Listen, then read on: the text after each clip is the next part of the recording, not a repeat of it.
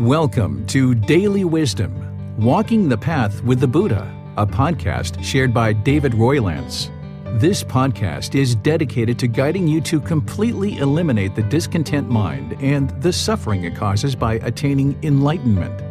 Learn and practice the teachings of Gotama Buddha that will guide you to fully attain a peaceful, calm, serene, and content mind with joy. To support this podcast, visit patreon.com/supportbuddha or visit buddhadailywisdom.com, where you will discover a full range of courses, retreats, and online learning resources to assist you on the path to enlightenment. Now, here's our teacher to share more.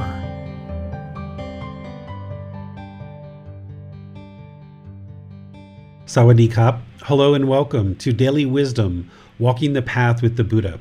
Today is Saturday, our Pali Canon and English study group, where we come together to study the words of the Buddha. This is our last week in Volume 3 of this 13-book series where we're studying the words of the Buddha on the path to enlightenment, revealing these hidden teachings of the Buddha. We come together each week in order to review and study, discuss about 10 chapters in each of these books. And this particular week, we've actually studied 14 chapters because of the ending of the book at 124 chapters. So we went from chapters 111 to 124. And typically in this class, what we'll do is we'll start with meditation as a way to kind of clear out the mind and kind of prepare it to learn and retain the teachings for a longer period of time. But since we're studying more chapters this week, I thought what I would do is kind of forego meditation this week in order to ensure that we have time to thoroughly walk through each one of the chapters, covering all the various chapters that we looked at this week. So if you're joining us for the first time, you're welcome to join. People have been reading these chapters prior to class, but we're also going to read them during the class as well and actually display them right on the screen. And as we display them, a student or a volunteer, sometimes me, will read these chapters. Then I will teach a bit about the chapter and then open up to any questions that you guys have related to the chapter. And the way that you'll ask questions is in Facebook, YouTube, or Zoom. You just put those into the comment section and our moderators will see that, and be sure your question gets asked during the class so that I can answer it for you. And in Zoom, you can electronically raise your hand asking any questions or follow-up questions directly. And as we progress through this program, we will cover all the books from volumes 2 through volumes 13. And next week, we're going to be starting on volume 4.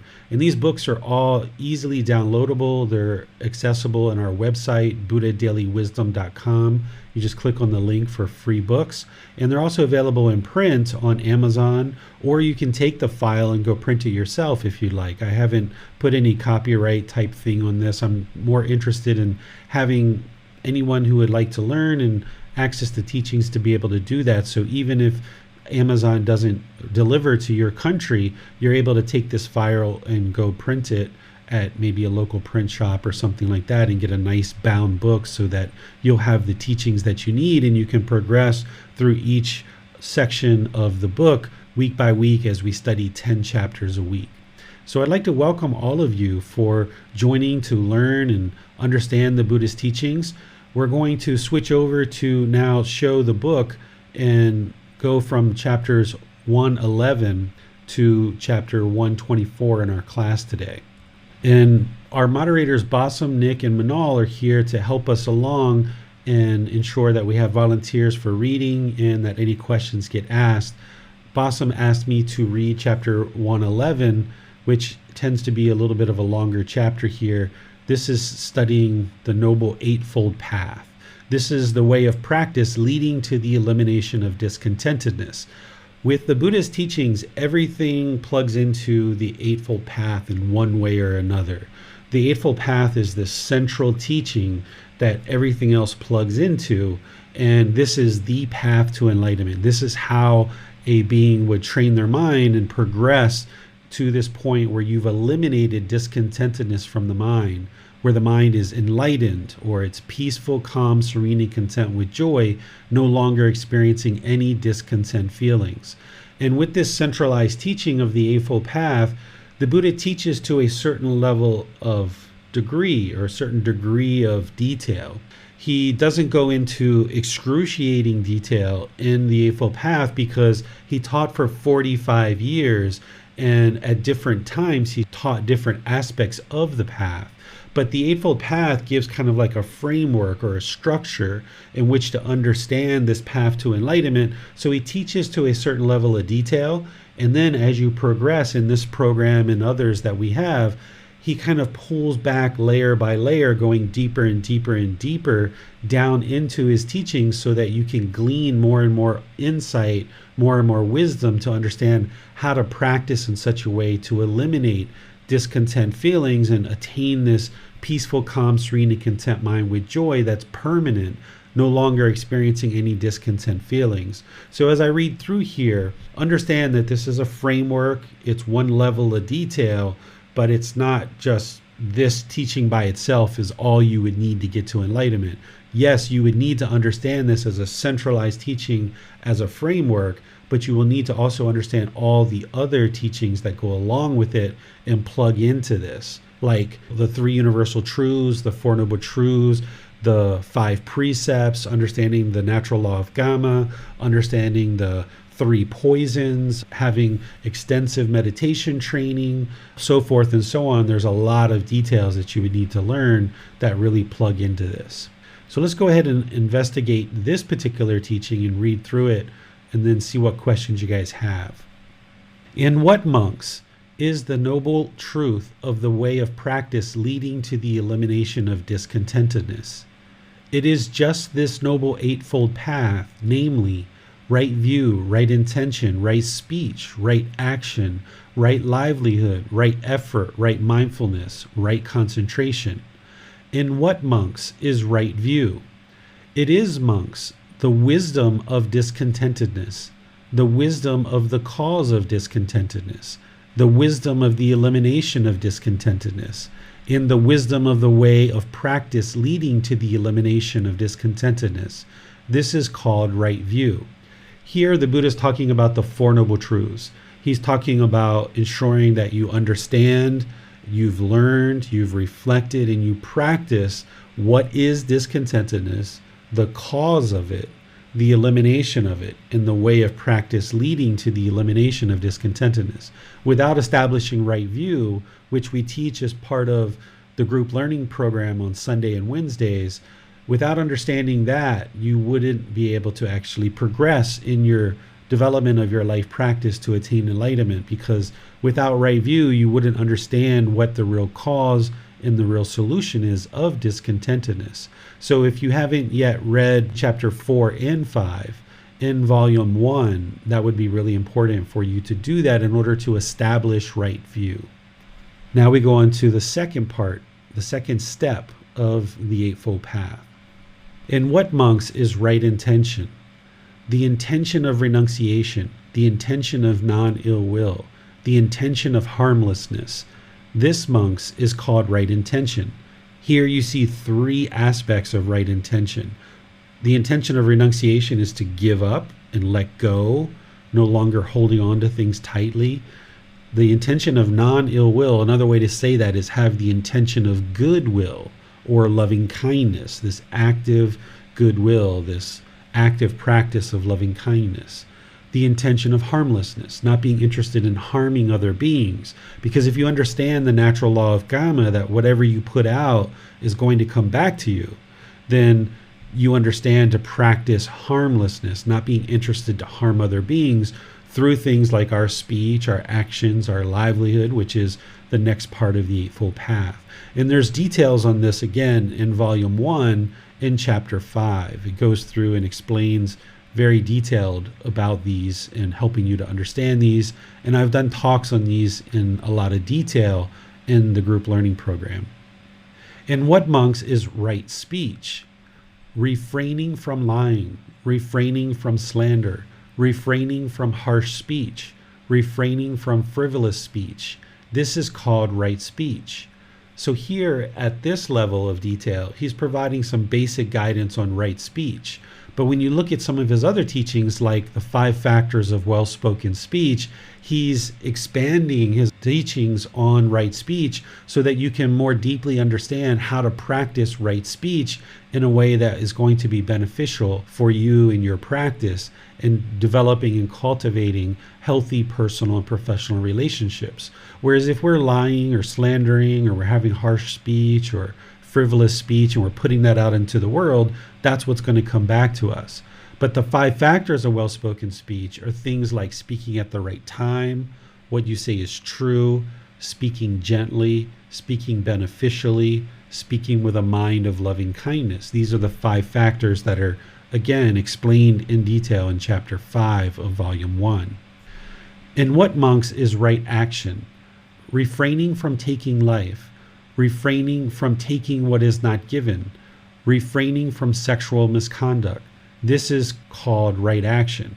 So these are 3 actions that are described in detail in the 5 precepts. When you look at the 5 precepts, the Buddha gives a lot more detail on these. Here in the Eightfold Path, he just gives a certain level of detail and then expands it for you in the 5 precepts. And again, if you look at chapter 5 and chapter 7 of volume 1, it explains this in more detail. Because if we were killing other beings, there has to be a certain amount of hate in the mind in order to do that. Or if we were taking what is not given, if we were stealing, this would cause harm to others, therefore harm's going to come to us. Or if we had sexual misconduct, meaning we were maybe having sex outside of a loyal, committed relationship, or having sex with minors, or sex without consent. And there's a whole lot of other details in the 5 precepts that the Buddha gives around sexual misconduct. If we were doing any of those things, then we're going to be causing harm in the world, so therefore harm's going to come to us.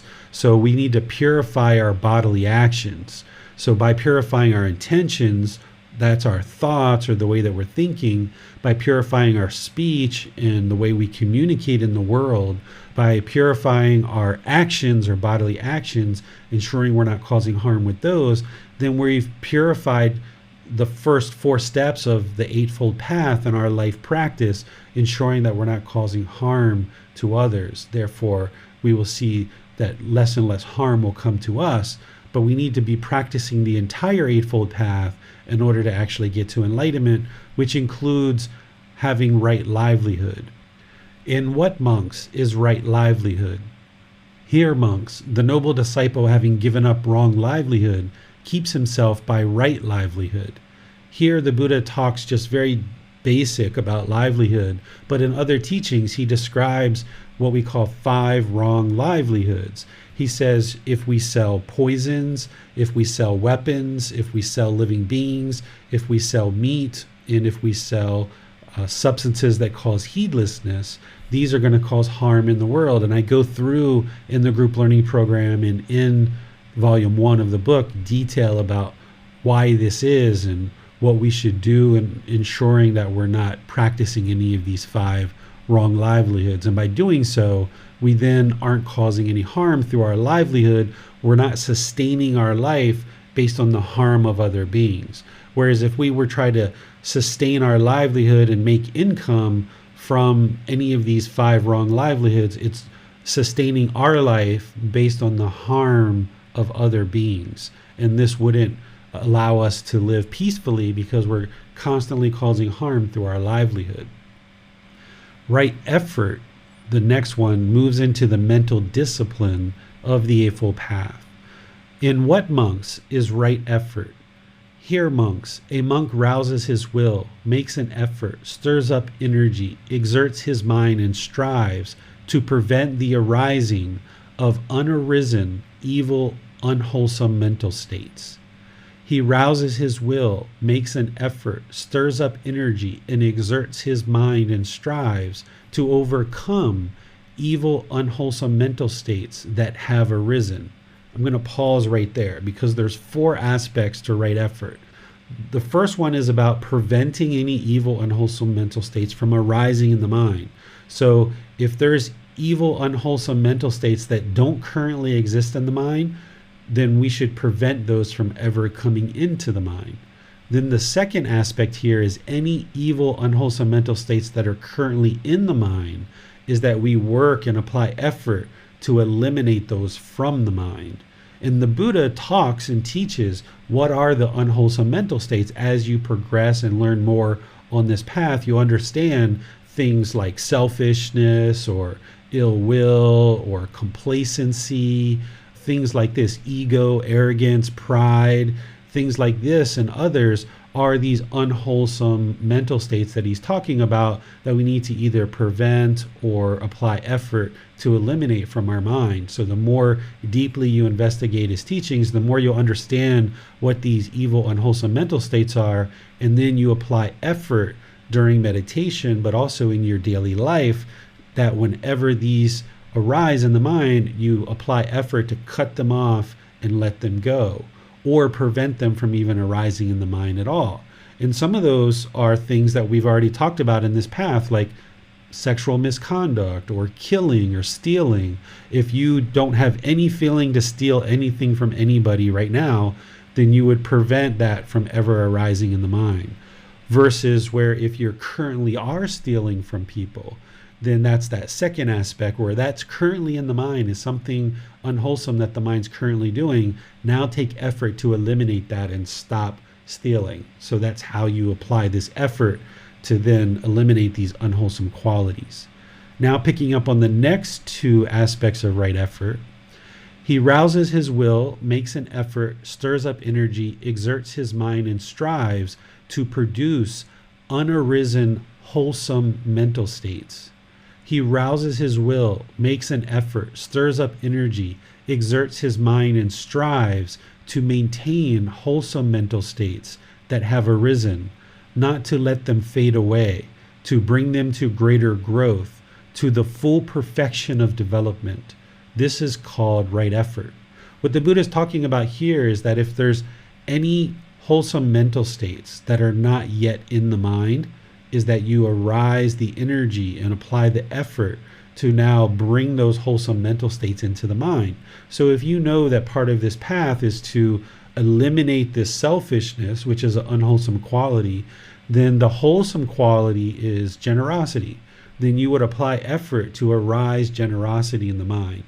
If you know on this path the goal is to eliminate anger, hatred, and ill will, which is a evil, unwholesome mental state, and then the antidote to transform that, the wholesome quality, is loving kindness, then you apply right effort to arise loving kindness in all situations.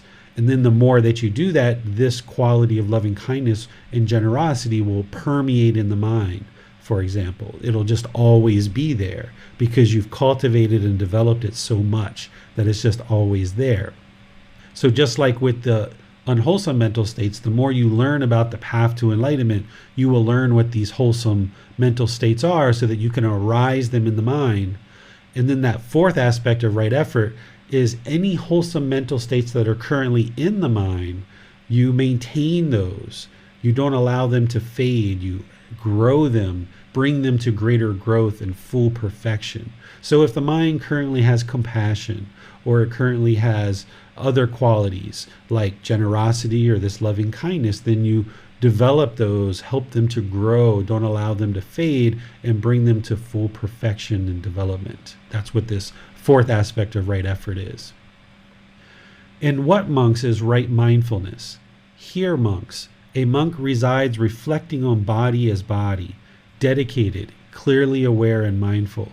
Having put aside craving and worry for the world, he resides reflecting on feelings as feelings, dedicated, clearly aware and mindful. Having put aside craving and worry for the world, he resides reflecting on mind as mind, dedicated, clearly aware and mindful.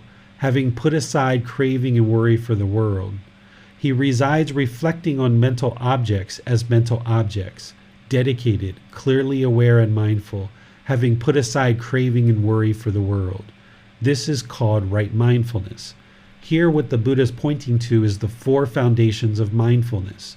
You would need to understand and be aware in the mind of bodily sensations, of feelings that come into the mind, of the condition of the mind, and these mental objects that reside in the mind. And by having awareness of these 4 foundations of mindfulness, then you can work to eliminate discontentedness. As discontentedness starts to arise, you will notice the bodily sensations first. You will then notice they become feelings in the mind. You will then notice that that affects the condition of the mind. Then you will notice that it forms mental objects. But if you can get ahead of the curve on this and cut off discontentedness at the bodily sensations, then you don't experience all these downstream effects of the feelings, the condition of the mind, and the mental objects. So what a practitioner will need to do is develop the 4 foundations of mindfulness, understanding all these 4 foundations. Generally, when someone first starts out, I teach them just to think of right mindfulness as awareness of mind, and just generally think of it as awareness of mind. But at this point, once you're starting to move into the Pali Canon and you're starting to understand the deeper teachings of the Buddha, then you need to develop the 4 foundations of mindfulness. And you do that through breathing mindfulness meditation, but you also do that in daily life, that as you notice frustration or anger or sadness or boredom or loneliness, or even happiness, excitement, these other feelings start to arise, you should start noticing these bodily sensations that are occurring before that happens. Like I remember with me, when I used to get angry, I would feel this heat or this sharp pain and this arising heat and sensation starting from my feet all the way up to the head, where it would feel this pressure in the head and this heat almost in the head where it would almost be throbbing, right? These are the bodily sensations helping to alert you that there's some discontentedness that is arising. And if you can cut it off there, then it won't become feelings in the mind, it won't affect the condition of the mind, and it won't form these mental objects, which means you just saved yourself a whole bunch of heartache and misery, and you've also saved yourself probably some unskillful speech or actions that might result from that anger.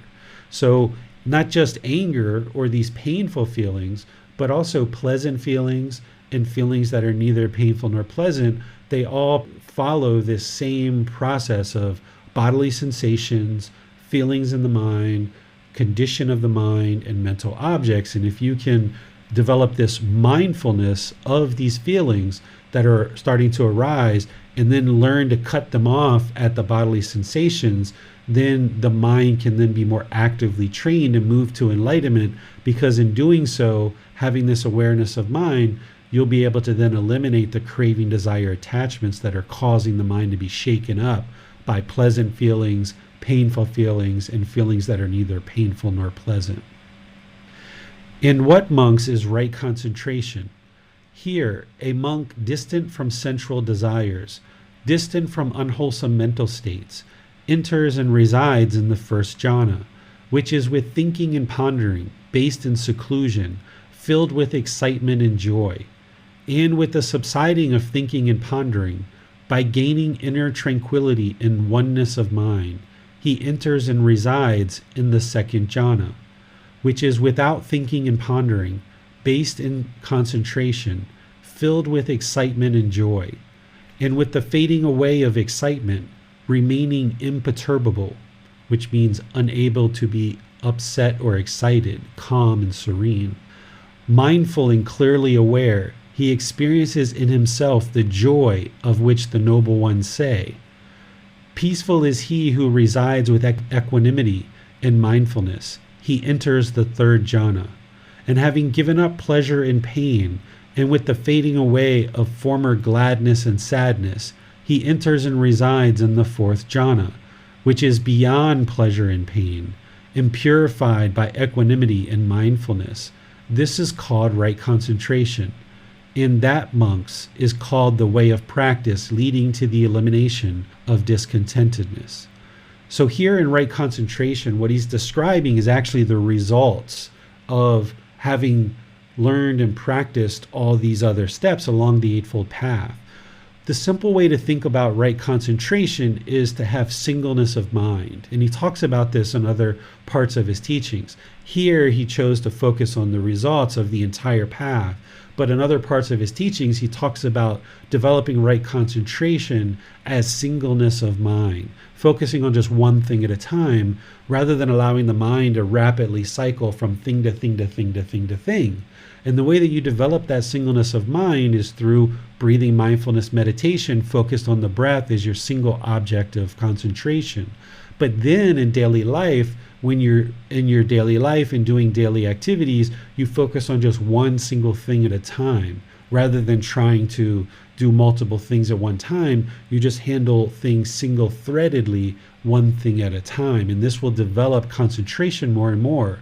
But there's other things in here that you see that you will need to end up distancing yourself from sensual desires, where you're no longer looking to create pleasant feelings in the mind through the six senses, which we talk about as part of this program in volume 9, I think it is, volume 9 of this book series. We're going to be diving into the six sense spaces in a lot of detail. So this part that the Buddha is talking about with right concentration, he's describing these 4 jhanas, which are preliminary phases that the mind goes through before it reaches the first stage of enlightenment. There's 4 stages of enlightenment, but before you get to those, the mind will experience these 4 preliminary phases that we call jhanas. And what a jhana is a jhana is described as meditative absorption. So through learning and practicing the Eightfold Path to a certain degree and allowing your meditation to absorb in the mind and really soak in the mind, you'll move through these 4 preliminary phases where meditation has absorbed in the mind so well that you start developing certain qualities in these jhanas that are very different and remarkably different than when you were off this path or when you first started this path. You will get concentration, you will get clarity of mind, you will get this mindfulness, this equanimity, this tranquility. All these qualities of mind start to come to the surface, and you start observing the improvement to the condition of the mind. The mind still isn't enlightened yet, but the difference between someone who's off the path versus someone who's experiencing these jhanas is almost like night and day. There's some people who experience these jhanas without really truly understanding what's going on, and they actually think they're enlightened, but they're not yet enlightened. They're just experiencing these jhanas. And if they continue to think they are enlightened and they're done and they don't have to do any more work, then they're not actually going to progress all the way to enlightenment. Because in the jhanas, they're still going to be experiencing discontentedness. They haven't eliminated discontentedness yet. They're just experiencing these improved qualities of mind that are like night and day comparative when you're off the path. But these jhanas are temporary. They're not permanent. And you're not going to experience permanent contentedness, peacefulness, and joy in these jhanas. Instead, it's not until you get to the 4th stage of enlightenment as an arahant where the mind will then be fully enlightened and no longer experiencing any discontentedness. So here in the Eightfold Path, the Buddha is just describing the results of putting together the Eightfold Path and what you'll experience as part of moving into the jhanas. But what right concentration truly is practicing singleness of mind and using breathing mindfulness meditation in order to develop that singleness of mind and practice that in daily life. And once you're doing that, along with all the other steps on this Eightfold Path, it will ultimately produce these jhanas, and the mind will ultimately start experiencing these jhanas. And that's your indication that, aha, I'm starting to put this path together pretty well. I'm on the right track. Now let me start focusing on the 10 fetters and eliminating those so that I can move into the stages of enlightenment. So let's see what questions you guys have on this chapter. Hello, teacher. It seems that a right speech is more challenging than the other aspects. So if this is true, do you agree that if one is really dedicated, one can practice right speech perfectly from the first time? No, it's not possible to practice any of these perfectly from the first time. because the mind is unaware of these things, and our mind has been conditioned, for example, to speak in certain ways. And whether we're 20 years old, 30, 40, 50, 60, 80 years old, we've been speaking a certain way that isn't based on these teachings for a number of years. And if you rewind that back further for our previous lives, we've had many countless lives where we haven't been practicing these teachings to the level of detail that it requires to attain enlightenment. If we had been practicing these to the level of detail that it requires to attain enlightenment, then we wouldn't be in existence today. The reason why we exist today is because we didn't attain enlightenment in the past. So the conditioning of the mind is oftentimes very well rooted. It's very significant. The mind is somewhat polluted through all the experiences that we've had in this life and previous lives. So you're not going to be able to learn any of these teachings and click your fingers and instantly start practicing them. But the more that you apply dedication and diligence to learning and practicing, you can increase and improve your practice more and more readily. So it's just going to take time for you to be able to do that for all of these teachings. So that's why it requires very dedicated investigation, and then it requires energy to be able to apply the energy and the effort to ramp your practice up gradually, slowly, and surely to get to the actual results of the Eightfold Path. Thanks, teacher. Let's go to Nick. Hello, teacher. Question on right concentration. The fourth jhana, it says beyond pleasure and pain. Could you give an example of this? Yeah, so oftentimes when people first start learning about the path to enlightenment, they see that, okay, we're going to be eliminating pleasant feelings, painful feelings, and feelings that are neither painful nor pleasant. And they don't understand that these are conditioned feelings. That ultimately what you're going to get to is you're going to get to this unconditioned mind where it's peaceful, calm, serene, and content with joy. And that peaceful, calm, serene, and content with joy is permanent. It doesn't arise, it doesn't change, it doesn't fade away. It's just always there. It's permeating in the mind all the time. Well, when we're early in practice and we don't understand what enlightenment is because we haven't seen what enlightenment is like, we haven't experienced it, it's hard for someone to really fathom what enlightenment is until you're actually experiencing it or getting glimpses at it. So these pleasant feelings and these painful feelings, if we would like to focus in on those, these are conditioned feelings that, okay, I got a new pair of shoes, so I feel this pleasure. Or my new shoes got stolen, so I feel this pain. Or I got this new job, so I feel pleasure. Oh, I got laid off, so I feel pain. So in the unenlightened mind, prior to the jhanas, we're experiencing this constant pleasure and pain based on agreeable and disagreeable contact that we have through the six sense bases. And what the Buddha is saying is this fourth jhana is beyond that, that you're not experiencing that same level of depth of this conditioned pleasure and this conditioned pain. You're still going to be experiencing discontentedness, but it's going to be diminished as part of this fourth jhana. So he's saying it's beyond this constant pleasure and pain of conditioned feelings. Thank you, teacher. Mm-hmm. And then you see there the words where he says, and purified by equanimity. That equanimity is that evenness of temper, calmness, composure, especially in difficult situations. That's what really helps to bring the mind into the middle where it's diminished a lot of the discontentedness and it experiences that beyond pleasure and pain. Well, no more question, teacher. All right, let's move on to the next chapter. Yes, before we go to the next volunteer, if you would be kind to share the chapters. I think they are displayed on YouTube and Facebook, but not in Zoom. Sure, there we go. Yeah, thanks, teacher. Let's go to Miranda. Where earth, water, fire, and wind find no footing. Once Kavada, this order of monks, the thought occurred to a certain monk, I wonder where the four great elements, the earth element, the water element, the fire element, and the wind element, are eliminated without remainder. And that monk attained to such a state of mental concentration that the way to the heavenly realm appeared before him. That monk attained to such a state of mental concentration that the way to the heavenly realm appeared before him.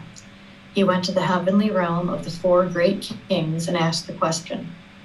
When none of them could answer the question, the monk went to the 33 gods, who said, "We don't know, but Saka, Lord of the gods, may know." Saka told the monk to ask the Yama heavenly beings, the Siyama, the Tusita heavenly beings, the Santusita, Nimanarati, Sunamita, Paranamita Vesavati, heavenly beings, Vasavati, Brahma's associates, and all the way to the great Brahma. The great Brahma avoided to answer, and finally said that the heavenly beings believe there is nothing Brahma does not know, but the truth is, he does not know where the 4 great elements cease without remainder. It is the monk's fault that he did not ask the perfectly enlightened one. In the end, the monk went back to the perfectly enlightened one. So that monk, as swiftly as a strong man might flex or unflex his arm, vanished from the Brahma world and appeared in my presence. He prostrated himself before me, then sat down to one side and said, "Venerable sir, where are the 4 great elements, or the earth element, the water element, the fire element, and the wind element, eliminated without remainder?" I replied, "Monk, once upon a time, sea-traveling merchants, when they set sail on the ocean, took in their ship a land-sighting bird. When they could not see the land themselves, they released this bird. The bird flew to the east, to the south, to the west, to the north. It flew to the zenith, overhead, and to the intermediate points of the compass. If it saw land anywhere, it flew there. But if it saw no land, it returned to the ship. In the same way, monk, you have been as far as the Brahma world, searching for an answer to your question and not finding it, and now you come back to me. But monk, you should not ask a question in this way, where are the 4 great elements, the earth element, the water element, the fire element, and the wind element, eliminated without remainder. Instead, this is how the question should have been put. Where do earth, water, and fire, and wind find no footing? Where are long and short, small and great, fair and foul? Where are name and form wholly destroyed? And the answer is, where consciousness is quieted, immeasurable, all radiant, that's where earth, water, fire, and wind find no footing. There, both long and short, small and great, fair and foul, there name and form are wholly destroyed. With the elimination of consciousness, this is all destroyed." Thank you, Miranda. Very good job pronouncing all those words and different heavenly beings. So to explain this chapter, we need to understand the 4 great elements. During the lifetime of the Buddha, and even now today in traditional medicine, the body is described through these 4 elements or 4 categorizations, where today we might say we have tissue, we have bones, we have ligaments, we have tendons, cartilage, fluids. We have different things like this that we describe in the body based on our modern science. 2,500 years ago, they described the body, but they described it through what they understood, which was these 4 elements. And this is a method of understanding the body and then ultimately diagnosing sickness and illness and prescribing actual medicines and part of traditional medicine. So when the Buddha is talking about the earth element, the water element, the fire element, the wind element, he's actually talking about the physical body. And these 4 elements are related to the earth is related to the solids in the body. The water is related to the liquids in the body. The fire is related to the temperature of the body. And the wind is related to the movement, like our intestines have feces that moves through and out the rectum, or how the blood moves in the body. But the blood itself is a liquid, it's water, right? So these 4 elements are used to describe the body. And then sometimes people talk about this 5th element, which is space, or some people call it ether. This is like the lack of the other 4 elements. So if you think about like the space inside the intestines or the space inside the nostril, that there's no element there, it's just empty space. There's no earth, there's no water, there's no fire, there's no wind, there's just kind of this empty space. So some people call that a 5th element, or some people don't. But nonetheless, that's what he's talking about here when he's talking about the four great elements. Where do earth, water, fire, and wind find no footing? What he's saying is, where does this physical body no longer get created over and over again? And he also talks about it down here where he discusses name and form. When he talks about name and form, this he describes in dependent origination, which is in volume 5, chapter 14. We're going to be studying that in a matter of about 4 or 5 weeks.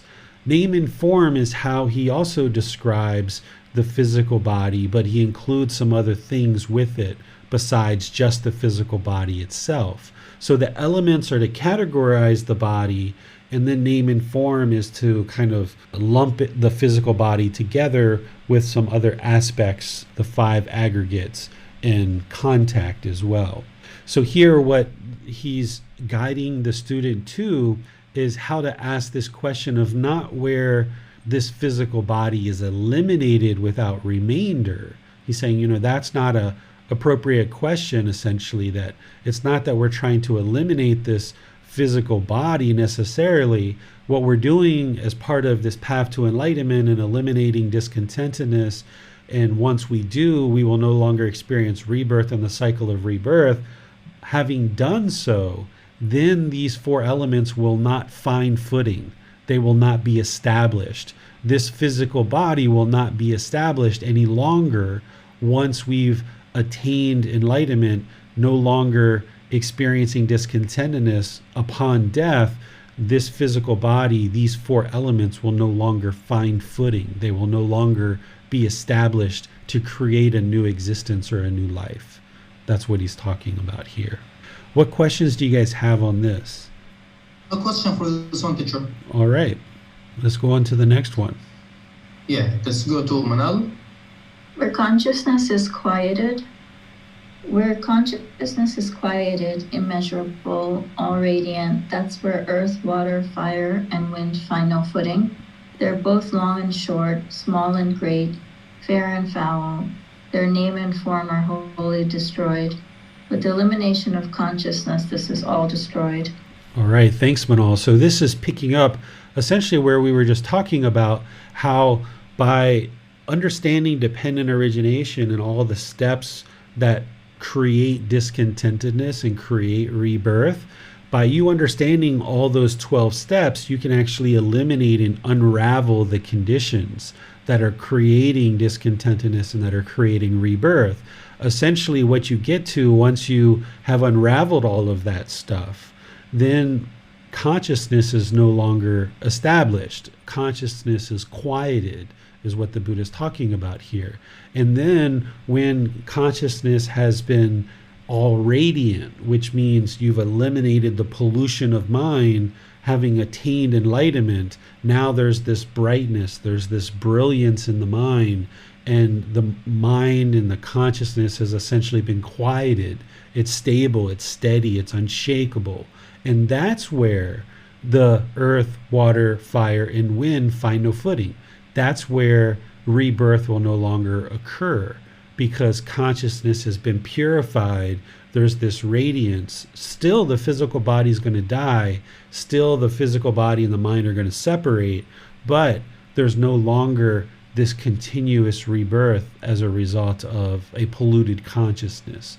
So it's craving, desire, attachment, this mental longing with a strong eagerness, that is the fuel that causes rebirth. That's also what causes discontentedness. Back to the Four Noble Truths and the Eightfold Path, you understand that craving, desire, attachment is what causes discontentedness. That's also what causes rebirth as well. But when that's been purified from the mind, the consciousness has been quieted, it's now bright, it's now brilliant, it's all radiant. And from there, you will no longer experience any more discontentedness for the rest of this life, and there will no longer be any further rebirth to experience misery or despair or sorrow or grief in any future life either.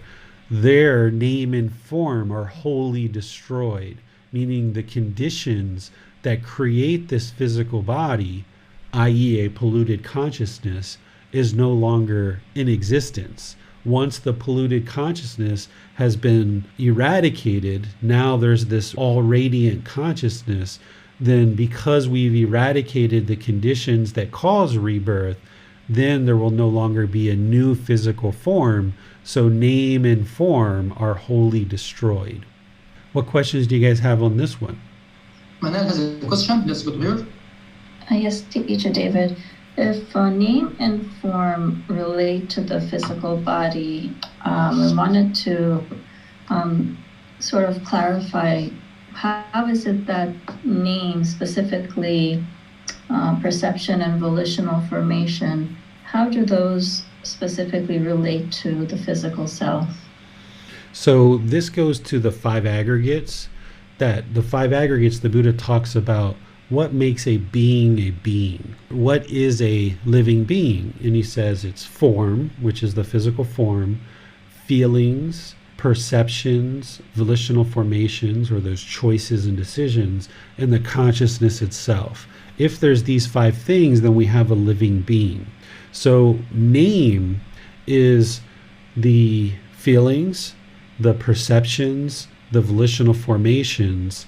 He also puts contact in there, and then the consciousness, and then form is the physical form. He just kind of split that out.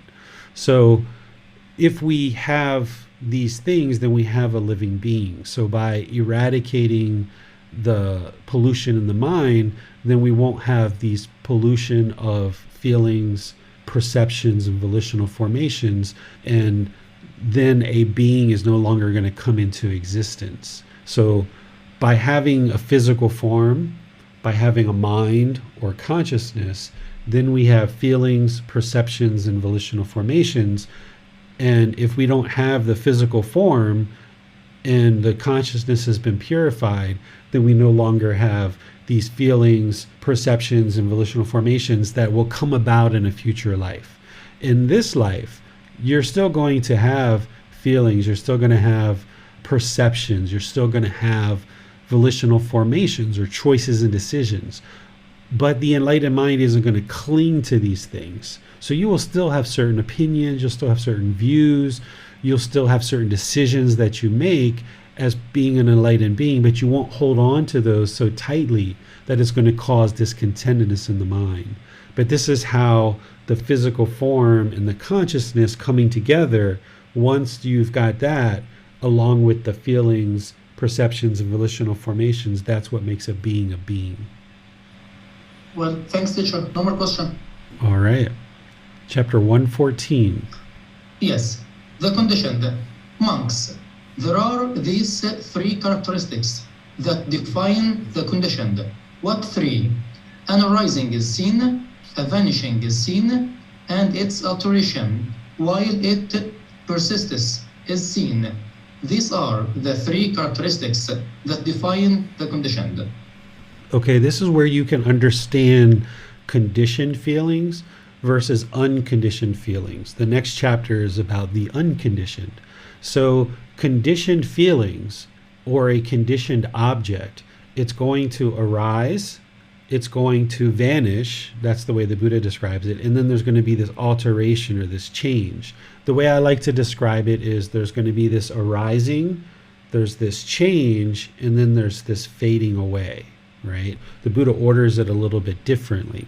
So if you have happiness, it's a conditioned feeling because you see that the happiness arises, it changes, and then it fades away. It's impermanent because it's a conditioned feeling.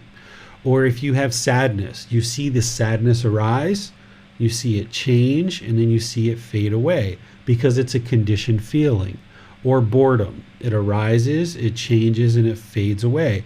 The reason why is because these feelings are conditioned on something impermanent. So I got a new pair of shoes. That's the condition. The condition is the new pair of shoes. And now because the mind has based its inner feelings on this condition of getting a new pair of shoes, I see this arising of happiness. And now after I have this shoes for a week or two or three, they start to change, the shoes start to change. So now my feelings start to change. I'm not so happy with them anymore. Maybe I got blisters, or maybe they've gotten dirty, or maybe I just saw somebody else has the same pair of shoes and the mind doesn't like that. So now the feelings start to change, and now that happiness fades away, and now I'm displeased with these shoes, and now the mind's back where it started from. Or if you bought these new pair of shoes, you experience this happiness, now they get dirty and muddy, and now you have these painful feelings because the mind was craving and clinging for these shoes to stay permanently clean. Now when you see this alteration or this change in the object of the new shoes, now your feelings change about those shoes as well. They're no longer happy feelings related to these shoes. The mind has this sadness or this anger because now the shoes are dirty. But this is because the mind is basing its feelings on this condition of the shoes, rather than just recognize the impermanence of these shoes. That, okay, I bought the new pair of shoes. I need those because I need to walk around and protect my feet. And then when I buy them, I already know they're impermanent, so they're going to get old anyway. So I'm not going to base my inner feelings on these shoes. I'm just going to purchase these shoes in order to use them to protect the feet.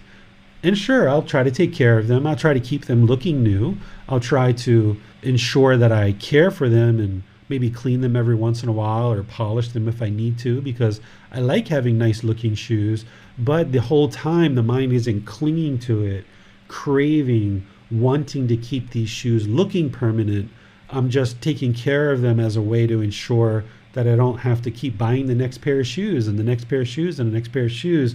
I'll have to do that anyway, but if I can take care of these shoes for a little while, then it will kind of allow me to benefit from these shoes for a longer and longer period of time. So in this situation, if you have conditioned feelings and you're conditioning that on the shoes, then you're going to experience this arising of happiness, this change and this fading away. And as long as you do that, then you're also going to experience this displeasure, or this sorrow, or this sadness arise, change, and fade away. This is what the unenlightened mind does, is it has these conditioned feelings because of its basing its inner feelings on some condition. So this impermanence that the Buddha talks about, it's on conditioned objects. So this physical body, since we've been talking about that, this physical body is a conditioned object. At one time, it didn't exist. It arose through being in the womb of a mother. It was born into the world. So it matured and it grew, but it's been gradually changing over time. And eventually it will fade away. This physical body will die and it will just dissolve and decompose because it's a conditioned object. So what you're doing as part of this path is training the mind to not have these conditioned feelings, basing its inner feelings on some condition. Because as long as it's basing its inner feelings on some condition, the mind's going to experience this up and down, up and down, up and down, because it is longing for pleasant feelings based on some condition. And as long as it's longing for those pleasant feelings, when that condition doesn't exist because it's impermanent, it's now going to experience these painful feelings.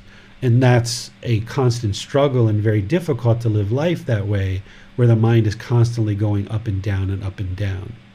So that's what the Buddha is describing here, is conditioned objects are impermanent. They will arise, they will change, and they will fade away. And even though we say conditioned object like a material object, we're also referring to feelings here too, that these are conditioned. Happiness arises, changes, fades away. Sadness arises, changes, fades away. But now when we move to the next chapter, you'll see that an unconditioned mind doesn't experience that. But let's see what questions you guys have on this. Well, it's very clear that being attached to conditioned objects is unwise because they will not last forever. But do you agree that clinging or being attached to permanent things is wise? No, you shouldn't cling or crave anything permanent. That's going to lead to discontentedness. So anything that is in the world, you shouldn't hold on to any of it mentally, right? You need certain things, like you're probably going to need a mobile phone. You're probably going to need some clothing. You're going to need a pair of shoes. You're going to need a shelter to live in. These kind of things, we can have them, but it's when the mind wants to hold on to them, keeping them permanent, that then the mind is going to experience discontentedness when it holds on to things permanently. Like this house that we live in, it's a concrete house. And when we bought it, of course, it was brand new. Everything was brand new. Whereas if somebody buys this house and craves for it to stay permanent, when we see that little crack on the wall in the concrete, the mind's going to be discontent because of that crack. It doesn't understand impermanence. And now it feels sad or it feels angry that there's this crack, rather than just understanding that it's impermanent. So even things that are permanent, like unconditioned love or this peaceful, calm, serene, and content mind with joy, if you crave that or you cling to it, it's still going to cause discontentedness. So you shouldn't have any craving or any clinging, and you have to work towards accomplishing that goal through your practice. Thanks, teacher. No more question. All right. So let's go to the next one.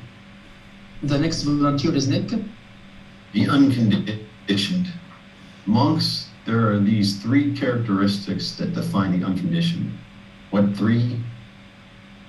No arising is seen, no vanishing is seen, and no alteration while it persists is seen. These are the three characteristics that define the unconditioned. All right, thanks, Nick. So this is the exact opposite of the chapter we just read, where the Buddha is saying, okay, there's these unconditioned experiences that we have where there is no arising, there is no vanishing, and there is no alteration or change. So I say that a little bit differently. I say there's no arising, there's no change, and there's no vanishing or fading away. That's what I describe when I describe the enlightened mind, of this peacefulness. This peacefulness in the enlightened mind, once the mind is enlightened, is this peacefulness. It doesn't arise, it doesn't change, and it doesn't fade away. The enlightened being wakes up peaceful all day long. Their mind's peaceful. They go to sleep peaceful. The mind is just always peaceful. It doesn't arise, it doesn't change, and it doesn't fade away. The same thing with the calmness or the serenity or the contentedness or the joy of the enlightened mind. It's just always there. It doesn't need to buy a new pair of shoes to experience joy. When an enlightened being knows they need to buy a new pair of shoes, they will go buy a new pair of shoes and they will use those pair of shoes, but they're not deriving their joy based on the pair of shoes, because the mind already has the wisdom to understand that that just is setting yourself up to fail. And the mind has already been trained to no longer base its inner feelings on these impermanent conditions. So an enlightened being will still need to buy a pair of shoes or buy a new computer or buy something else, but it won't derive its pleasant feelings from these impermanent conditions.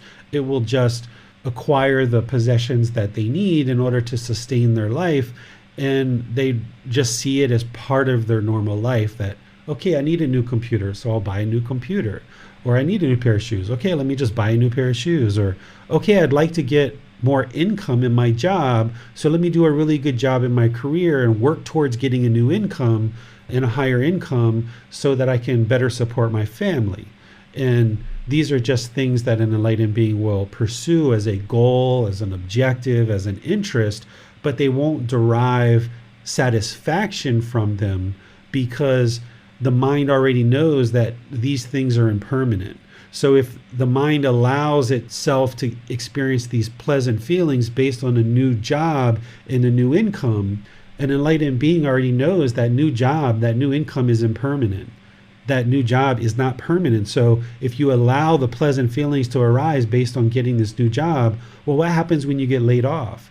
Or what happens when the company goes out of business? Or what happens when maybe you become disabled and you can no longer perform that job anymore? What happens then is, if you allow the pleasant feelings to arise based on this new job, then you're going to experience painful feelings when you can no longer do that job. And that's why an enlightened being knows that, okay, I'll get this new job and I'm working towards it, but I'm not going to derive any kind of inner satisfaction based on this new job, because that's just setting myself up to fail. That as soon as I can no longer do that job anymore for whatever reason, then I'm going to experience painful feelings. And why would I be interested in putting myself through that? I'm not interested in that. I'm interested in this lasting satisfaction, this permanent, peaceful, calm, serene, and content mind with joy. In order to do that, you need to let go of basing your inner feelings on these impermanent conditions. And once you do, then there's no arising, there's no changing, and there's no fading away. So with conditioned love, it's not actually love, but what we call love is really craving, desire, attachment. It's okay, if you meet these conditions, I am now in love with you. And as long as you meet those conditions, I will love you. But when you stop meeting those conditions, I will no longer love you anymore. That's actually not love. That's conditioned experiences. That's a condition of craving, desire, attachment that the mind is now kind of selfishly saying, well, I love you as long as you meet my conditions, and then I'm out of love with you when you no longer meet my conditions. Well, what unconditioned love is it doesn't arise, it doesn't change, and it doesn't fade away. And for those of you guys that are parents, you probably understand what conditioned love is that before your child was ever even born into this world, you hadn't even met them yet, and you already loved this being before they ever entered the world. And then once they entered the world, no matter what they do, you will always love them. Even they steal money, or they lie to you, or they hit you, or they hit a friend, or they don't turn in their homework on time, or they get a bad grade in school. It doesn't really matter what they do, you will always love them. Of course, you're guiding them and trying to help them make wiser and wiser decisions in life to improve their conduct and so forth. But no matter what they do, as a parent, you have this unconditional love for them, that you wake up in the morning, you love your child. All day long, no matter what they do, you might disagree with their intentions, their speech, and their actions, but you still love them. And then you go to sleep and you still love your child regardless. So this is what you can understand of as unconditioned love. That's what true love is there's no arising, there's no changing, there's no fading away. Because you didn't need your child to meet certain conditions to be able to fall in love with them, you can't fall out of love with your child. It's just always there. It always persists. So the peaceful, calm, serene, and content mind with joy, that is the enlightened mind, the practitioner has removed all the conditions, all the pollution that is causing the mind to go up and down, up and down. It's no longer having these conditioned feelings where it's basing its inner feelings on some condition. It's removed all those conditions, which is described in dependent origination. You've removed all those conditions that are causing the mind to go up and down, and now you have this unconditioned, peaceful, calm, serene, and content mind with joy, that it's no longer basing its inner feelings on some condition. The mind has been unconditioned. It's been purified. It's now experiencing permanent, peaceful, calm, serene, and content with joy. And you will also be practicing unconditional love, where you can just love all beings because they're beings, and you just love all beings. You no longer fall in love with people and out of love with people. You just love all beings regardless. You see the things that they might do that you disagree with in terms of their intention, speech, and actions, but that doesn't change your inner feelings, because you're not basing your feelings on the condition of their behavior. Your feelings are unconditioned. You have this unconditional love, as well as these other qualities. You've removed the pollution of mind where you're basing your inner feelings on some condition. What questions do you guys have on this one? A question this time, teacher.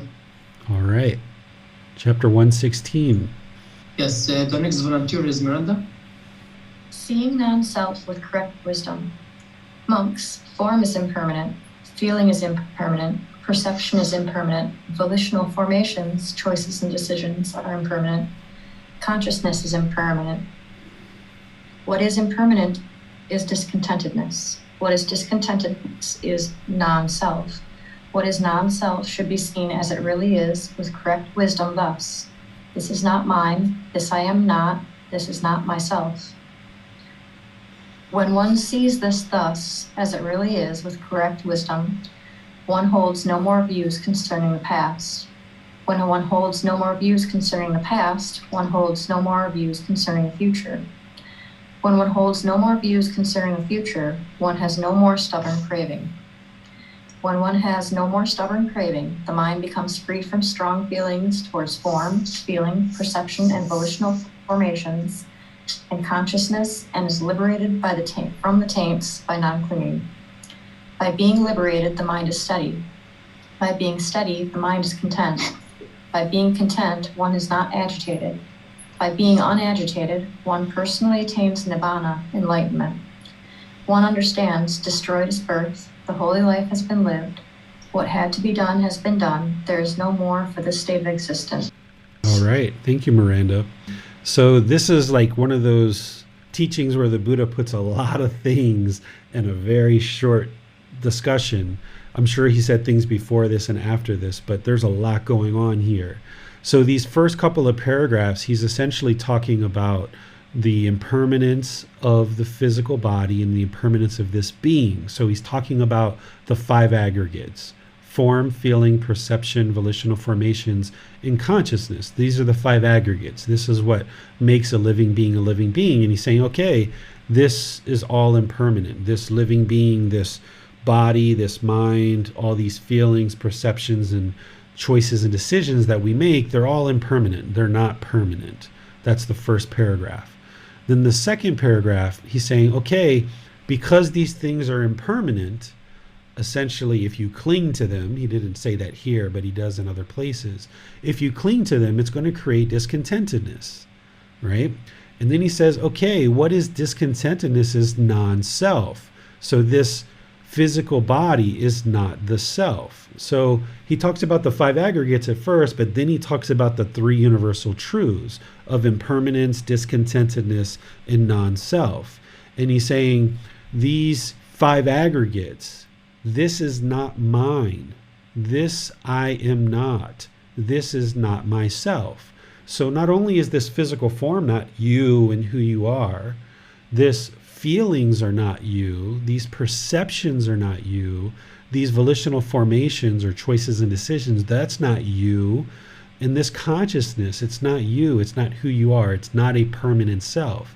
And even this discontentedness that we experience, if you're experiencing anger or sadness or sorrow or happiness, excitement, elation, boredom, loneliness, this is not you either.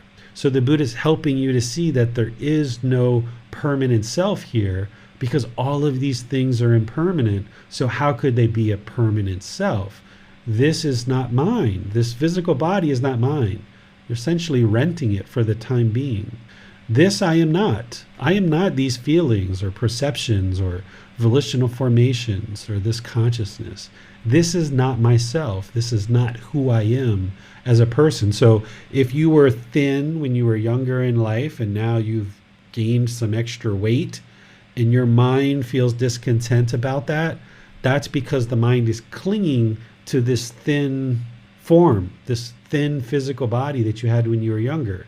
It's not recognizing the impermanence, that, hey, there's impermanence here, that this physical body can't stay looking exactly the same as it did younger in life. You've got a little extra fat on there because that's impermanence. That's the way this world works. Or if you had really, certain type of skin or clarity of skin when you were younger, and now that you've gotten older, there's some wrinkles in the skin. Well, this is the aging process. This is impermanence. You can't stay with that young, youthful appearance all the way through your life because this physical body is impermanent. But none of this is you. This isn't who you are. So if you cling and you hold on to this stuff, wanting it to be permanent, then the mind's going to be discontent because of it. So you just let it go and you realize, got a new wrinkle. There's some impermanence. Oh, got a little bit extra fat there. Okay, well, maybe I'll do a little exercise. Maybe I won't. Let's understand that this isn't me. This isn't who I am. I'd like to maintain my physical health and ensure that I've got health, but I don't derive satisfaction through the physical appearance of how this physical body looks, because this body isn't me and who I am. Then the Buddha goes into talking about bringing the mind into the present moment. He says, when one sees this as it really is with correct wisdom, one holds no more views concerning the past. So in the past, if you were thin, but now you're not, don't hold on to the past, holding on to that view of how this body used to look in the past. When one holds on to no more views concerning the past, one holds on to no more views concerning the future.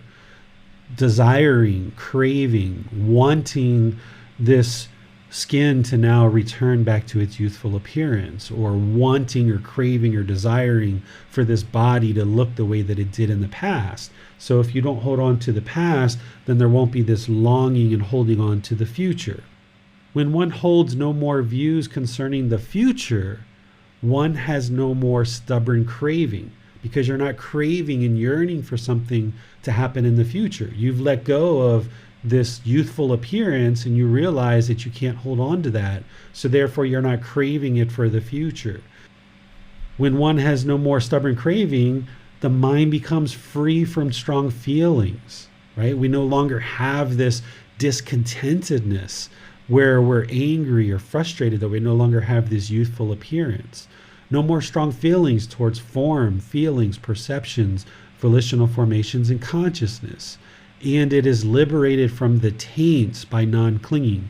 The taints are the pollution of mind, the 10 fetters, that you need to investigate those. Once you get into the jhanas, start investigating those more and more closely so that you can start eliminating those aspects of the mind that is polluting the mind. Once the mind is liberated from those taints or those 10 fetters, then being liberated, the mind is steady. By being steady, the mind is content. By being content, one is not agitated. Being unagitated, one personally attains nibbana or enlightenment. So by eliminating those taints, those 10 fetters, these are some of the results that the mind is going to experience as it's experiencing nibbana. Once the mind is experiencing this, the mind has attained enlightenment.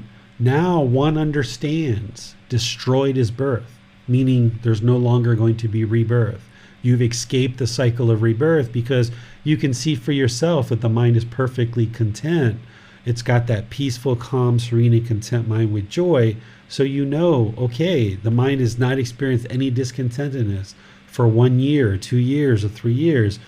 Oh, the teachings of the Buddha lead exactly where he said they do, to the elimination of discontentedness.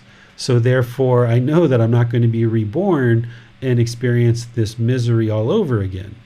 The holy life has been lived. You've lived this life. You've deeply investigated the teachings. You've gained this wisdom. You've trained the mind. What had to be done has been done. You've cleared out this pollution of the mind. You've done what had to be done in order to escape this cycle of rebirth.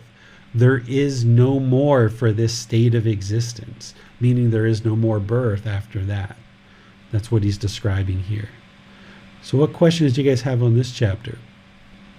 Amina has a question. She says, is non-self a form of timelessness where the past and future are irrelevant? I don't think of it directly as part of non-self, but an enlightened mind, yes, is going to think of the past and the future as being irrelevant. But I don't really think of it as part of non-self. But what the Buddha is talking about here is he's just saying, okay, when you stop clinging to the 5 aggregates from the past, then you will no longer have this yearning for things to be a certain way in the future. And by letting go of the self, yes, it will help you to do that. Because if we've been brought up in a certain way and our mind has been conditioned, maybe by our parents or society, that, oh, you've got to be a lawyer or you've got to be a doctor, and you're clinging to that and holding on to that decision that you maybe made when you were 10 years old or 15 years old, as your feelings change, you might find yourself in a career choice that you kind of decided a long time ago, but it no longer feels right for you. It no longer motivates you in the same way. You're no longer encouraged to perform this role because the mind is clinging to a choice that it made many, many years ago. So by letting go of that self-identity, which is part of the self, that self-image and self-identity, by letting go of that personal existence view, that first fetter, now you can eradicate that identity as I am a doctor, or I am a lawyer. And now you can see like, yeah, I really don't enjoy this. And why do I keep putting myself through this every day? I would rather just go do this simple thing over here. And I would be much more content with that and feel like that's much more fulfilling for me. So that's what the Buddha is kind of relating here to, is not clinging and holding on to form, feelings, perceptions, volitional formations, and consciousness. And by doing so, you eliminate the self-image, no longer trying to project that and be perceived in the world in a certain way, no longer holding on to the self-identity and wanting to be perceived in a certain way. You can just remain at ease and reside in the present moment, no longer trying to be perceived in a certain way in the world, and therefore the mind can't be shaken up by what other people say or do. Thanks, teacher. No more question. All right, let's go to the next chapter. Yes, let's go to Manal.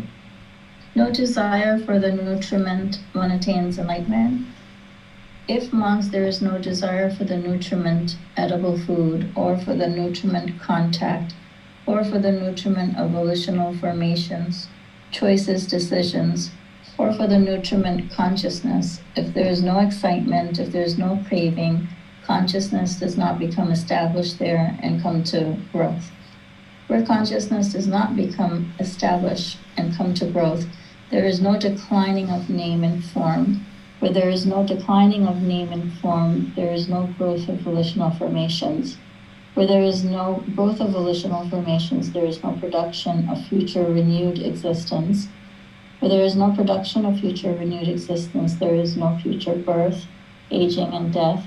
Where there is no future birth, aging, and death, I say that is without sorrow, anguish, and despair. Suppose, monks, there was a house, a hall with a peaked roof, with windows on the northern, southern, and eastern sides. When the sun rises and a beam of light enters through a window, where would it become established? On the western wall, Venerable Sir. If there were no western wall, where would it become established? On the earth, Venerable Sir. If there were no earth, where would it become established? On the water, Venerable Sir. If there were no water, where would it become established? It would not become established anywhere, Venerable Sir. So too, monks, if there is no desire for the nutriment edible food, for the nutriment contact, for the nutriment of volitional formations, for the nutriment consciousness does not become established there and come to growth. Where consciousness does not become established and come to growth, there is no declining of name and form. Where there is no declining of name and form, there is no growth of volitional formations. Where there is no growth of volitional formations, there is no production of future renewed existence. Where there is no production of future renewed existence, there is no future birth, aging, and death. Where there is no future birth, aging, and death, I say that is without sorrow, grief, and despair. All right, thank you, Manal. Here, this is similar to what the Buddha was talking about previously with the four elements, and how do we essentially get to the point where there is no longer renewed existence. There is no longer this continuous rebirth and the cycle of rebirth. And here what he's talking about is eliminating that craving and desire to essentially feed these cravings, craving for certain foods, or this craving for contact with others, or this craving for and clinging to volitional formations or choices and decisions, and this craving and clinging for consciousness. He's using this word nutriment, which is like essentially the way of feeding these things, and craving and clinging is what's feeding those. And by feeding those things and clinging and craving, there's going to be excitement. So when there is no desire, there is no craving, this mental longing and strong eagerness to feed these things, to feed the cravings, to feed the desires, to feed the attachments, then there's no excitement. And this is where consciousness does not become established. So it's another way of explaining what he already explained in the previous chapters.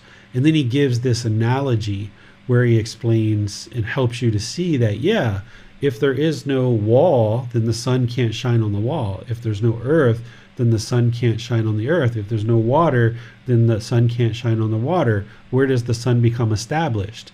Well, it can't become established anywhere because there's no material object for it to land its beams on. So the Buddha is explaining the same thing, that when there's no desire, when there's no craving, desire, attachment for these things, then the consciousness can't become established, and therefore there isn't going to be renewed existence, picking up these five aggregates again, creating this name and form again. And when there is no more birth, there's no aging or death, then there's no sorrow, grief, and despair, this discontentedness.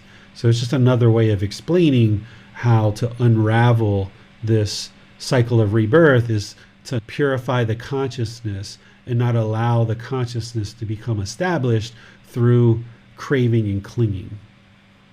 What questions do you guys have on this chapter? No more questions here. Okay, let's go to the next chapter. Yes, the next volunteer is Nick. How should the nutriment edible food be seen? And how, monks, should the nutriment edible food be seen?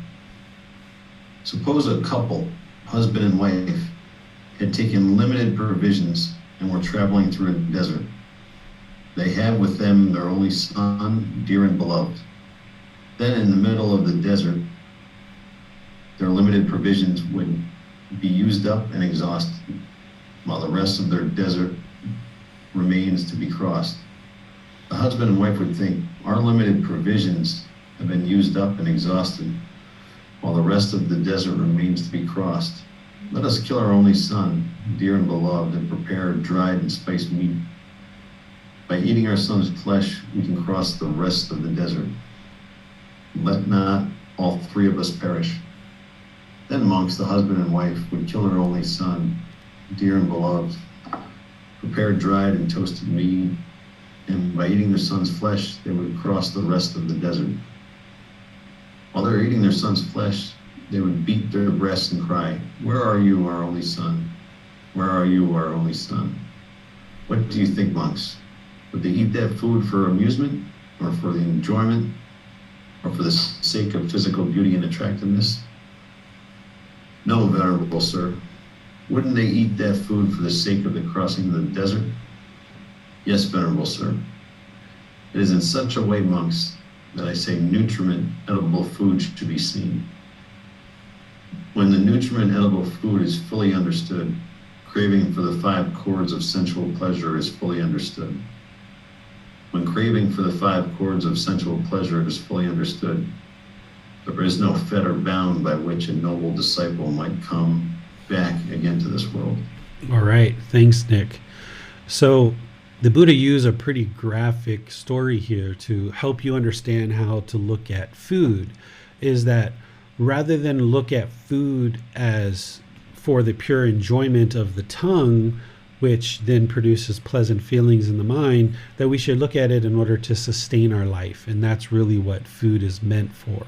And one of the ways for someone to teach in an oral tradition, and then really teach these teachings even today, is sometimes we use these more graphic stories and depictions in order to help it really make an imprint on your mind to be able to retain the teachings, so that when you're eating food in daily life, that you don't think of it as just to please the mind and please the tongue, that you're doing this, you're eating this food in order to sustain the health of the physical body, and that's the reason why you eat.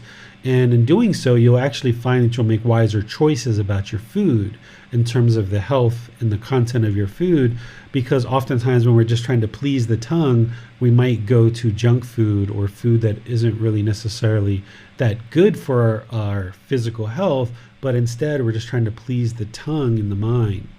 So the Buddha is describing here that this couple that's crossing the desert with their son, if they needed to have food, but they still had more desert to cross, if they killed their son and actually ate his meat, would they be doing that out of amusement and just to, please the tongue, or would they do it just in order to sustain their life, in order to cross the desert?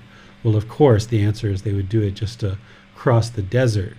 I don't think that, we would kill our son. Like if I was crossing a desert with my wife and my son and we ran out of food, then I would just die. I wouldn't kill my wife or my son in order to eat. But the Buddha is using this as a story to help you understand food. He's not telling you to kill the third person in order to sustain your life. He's just using it as an example. So don't take this as if the Buddha is suggesting that we should kill a third being in order to sustain the life of the other two, because of course he teaches not to kill, that we should have compassion for all living beings. So I wouldn't kill anybody to cross the desert. I would just perish on my own, and if the others are still alive and they choose to eat the flesh of this physical body, then so be it. But I wouldn't actually kill somebody in order to sustain this life. But what he talks about here and what he ultimately gets to is understanding the 5 chords of sensual pleasure. If you understand the 6 sense bases and how the mind has craving and longing through these 6 sense bases, the eyes, ears, nose, tongue, bodily contact, and the mind, well, the 5 chords of sensual pleasure are based on the eyes, nose, ears, the tongue, and the body. The eye is the internal sense base. Physical form is the external sense base.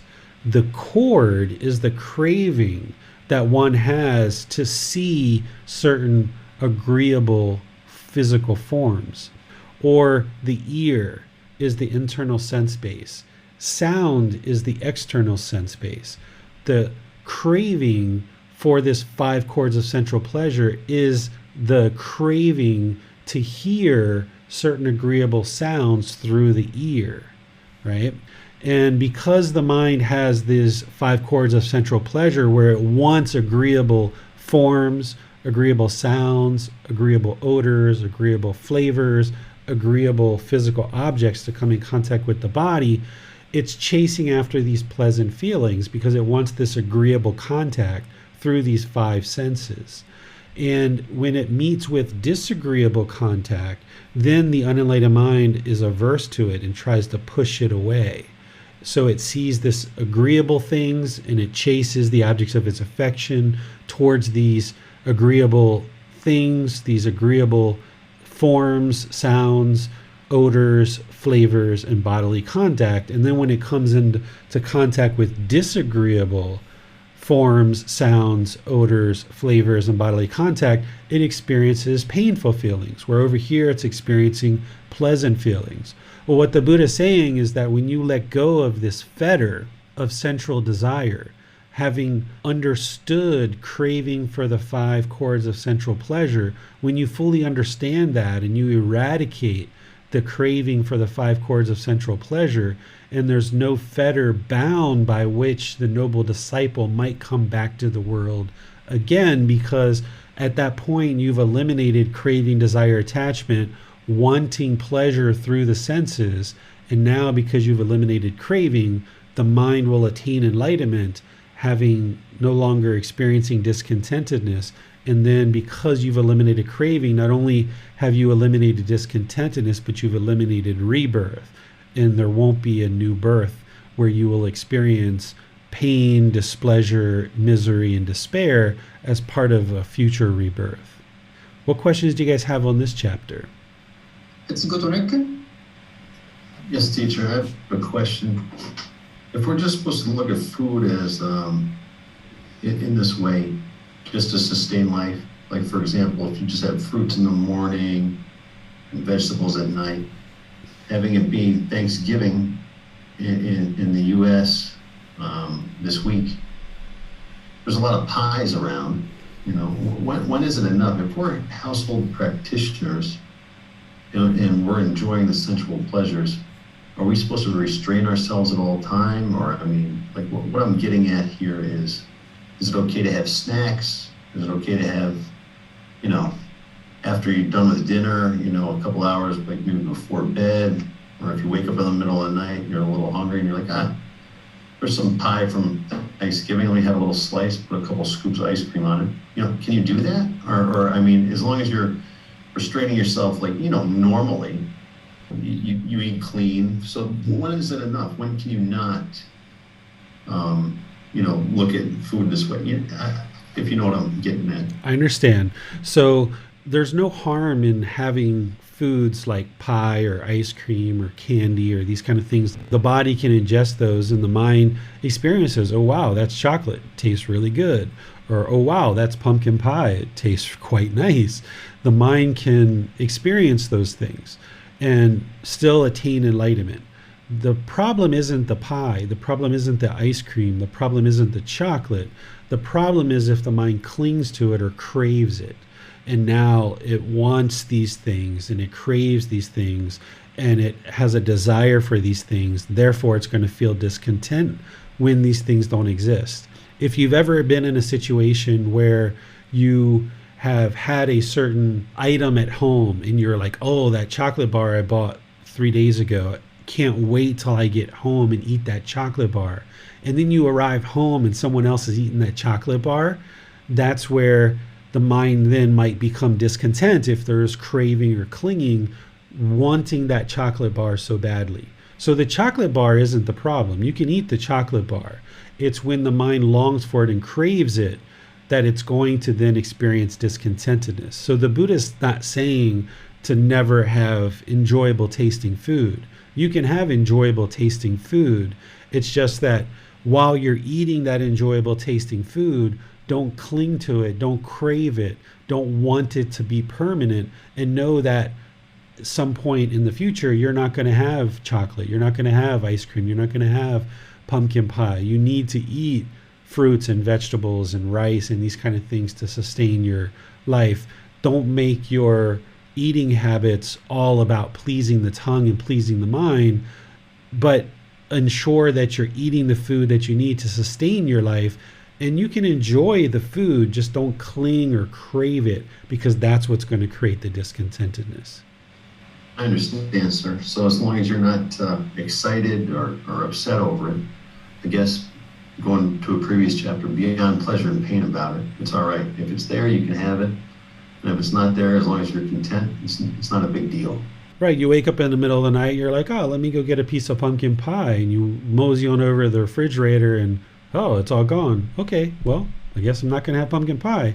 I'll have something else. And that's where the mind is content and peaceful. It's not clinging or craving. But if you come and you're like, oh, where's that pumpkin pie? Who ate that pumpkin pie? Oh my goodness. Oh, I wanted that pumpkin pie so bad. That's where there's now discontentedness, and it's going to motivate unskillful intention, speech, and actions. And now we cause harm in the world. So being content and peaceful, or being satisfied with what is. So it's not a matter of eliminating enjoyable tasting food. It's a matter of eliminating that cord, that craving, that cord of sensual pleasure, that craving for the pleasure. That's what you're trying to eliminate. That's what he's talking about down here, is eliminating the cord, eliminating the desire, the longing, the yearning for the pleasure through the senses. But when you're eating that pumpkin pie, if it's actually there, it's like, oh, it tastes good. Okay, yeah, it tastes good. But I know that this isn't a permanent thing that I'm going to always experience. Thank you, teacher. You're welcome. Let's go to Manal.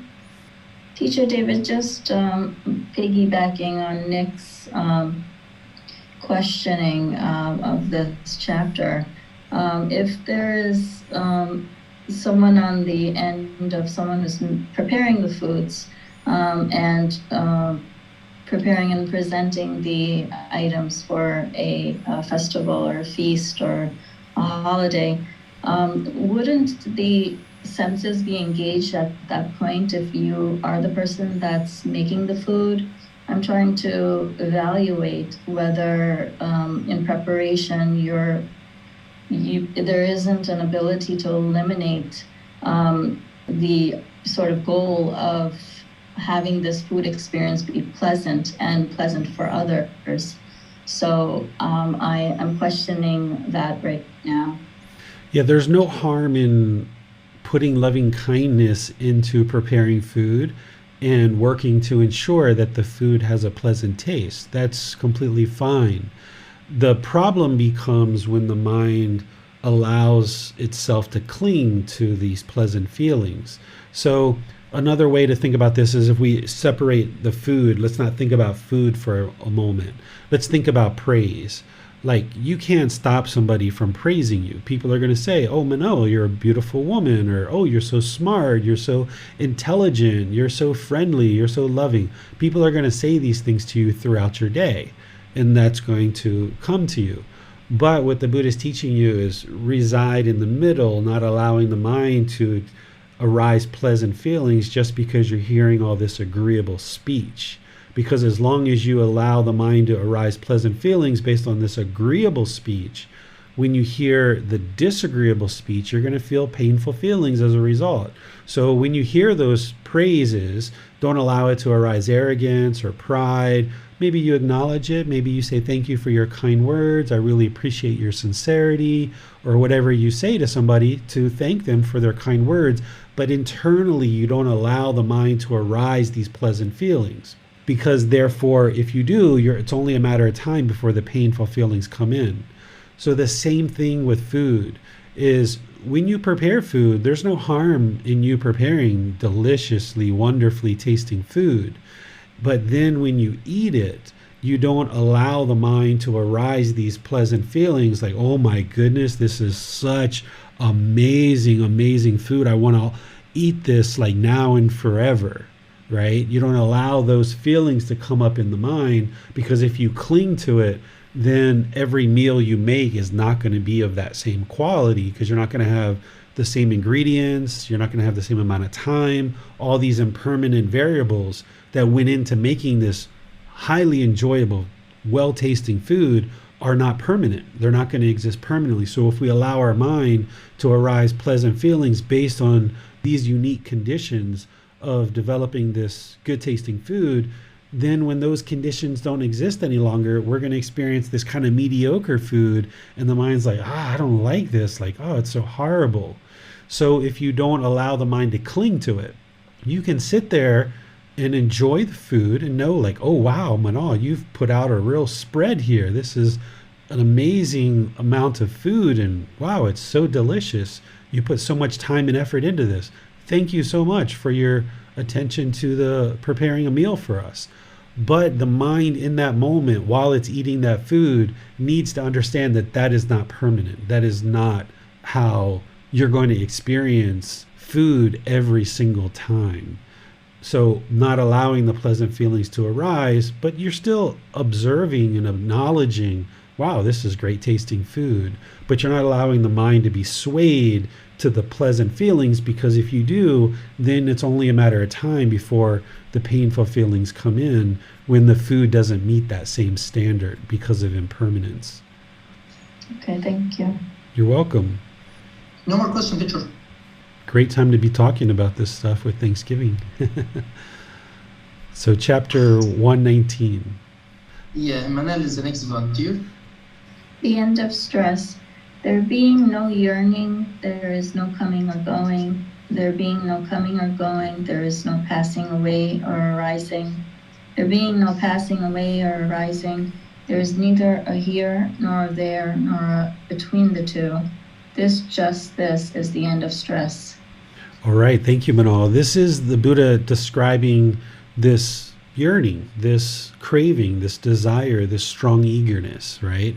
So if you've ever been somewhere, like maybe you're at home and you have this yearning to go on vacation, or you're on vacation and you have this yearning to go back home because you don't want to be on vacation anymore, or you're at a certain job and you have a yearning and a craving to go somewhere else.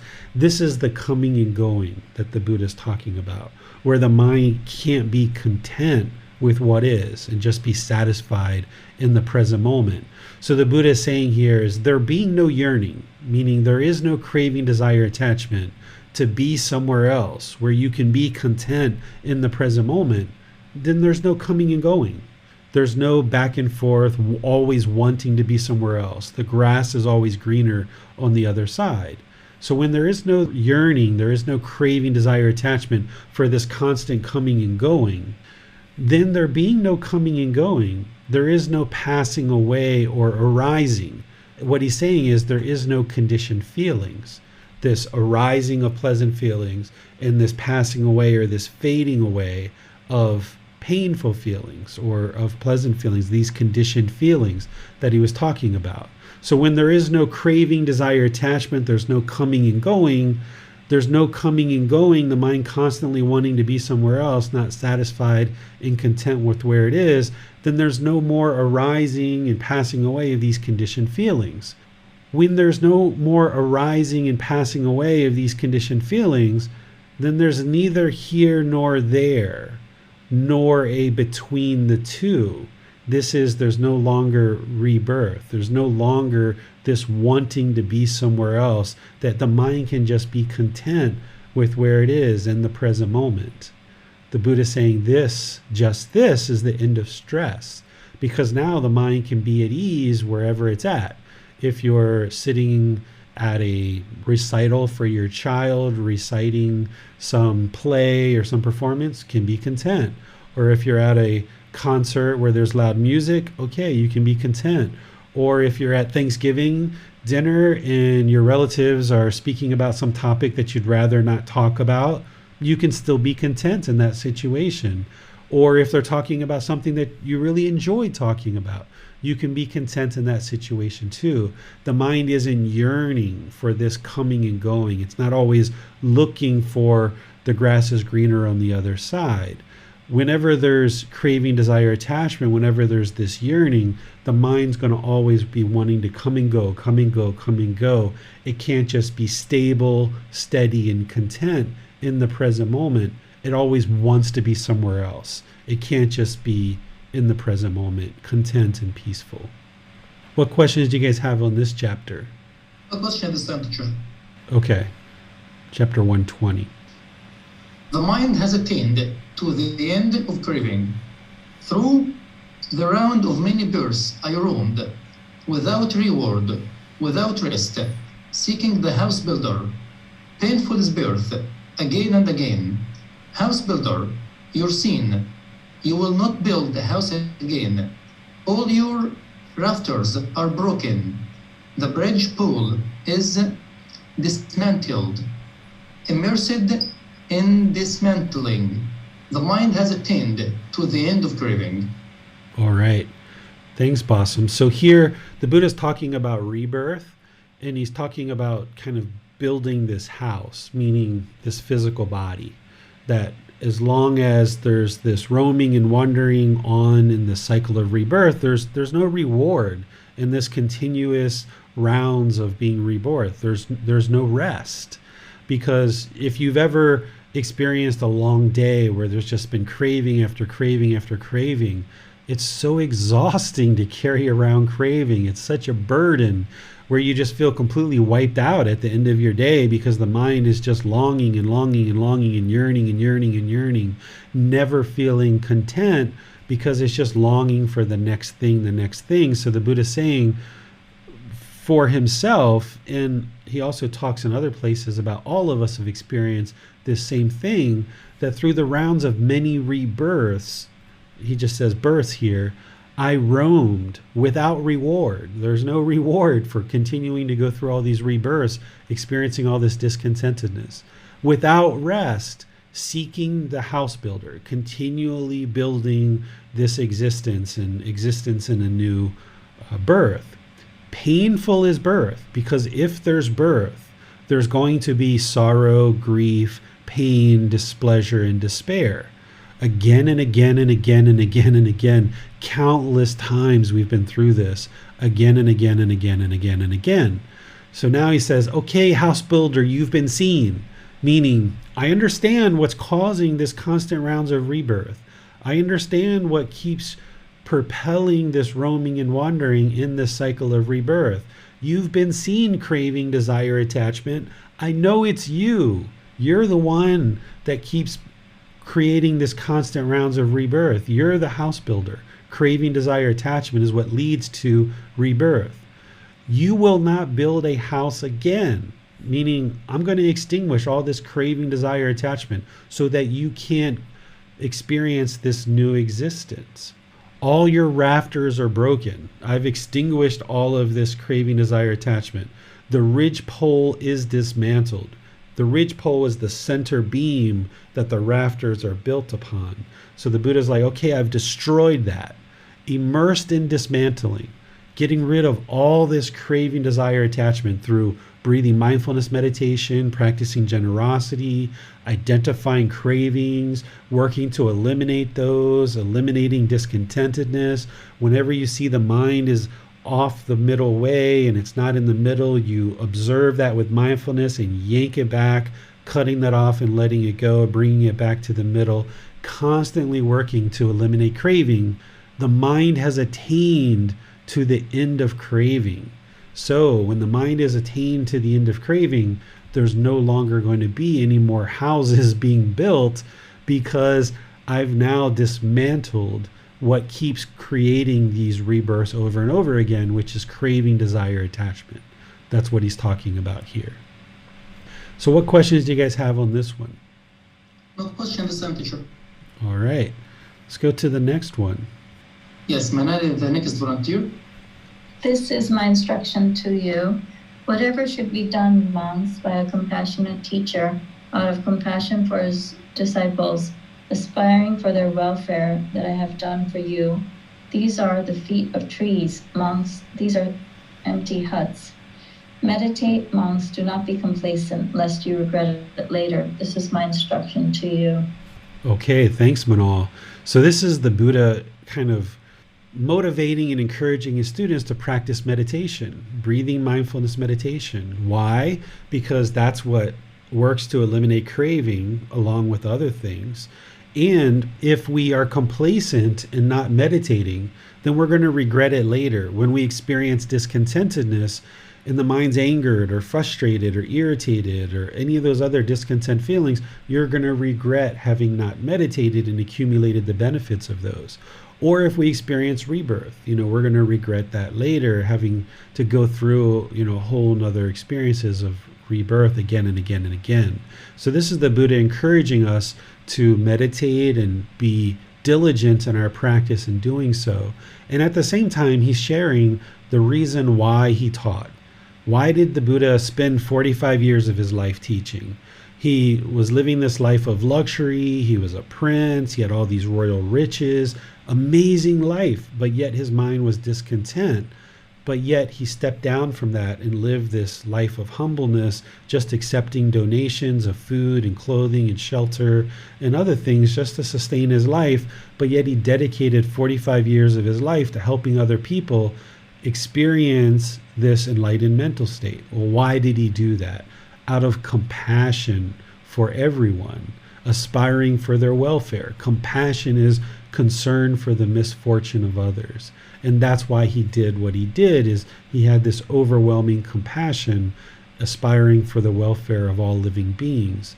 And then it's meditation, which is the main catalyst to help us to move forward in our practice. But there's all these other steps on the Eightfold Path that are so important, that it's not just meditation that we need to practice. We need to practice all these other aspects of the teachings as well.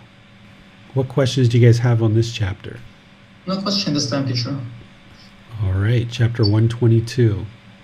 Let's go to Nick. Monk who is perfected in morality, the first discourse. And how, sir, is the monk perfected in morality?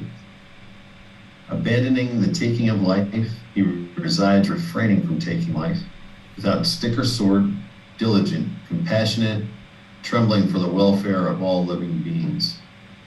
Thus he is accomplished in morality.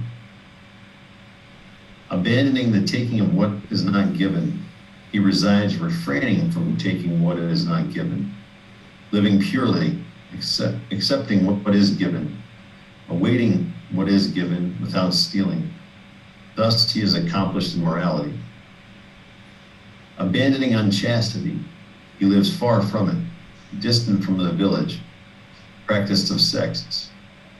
Thus he's accomplished in morality.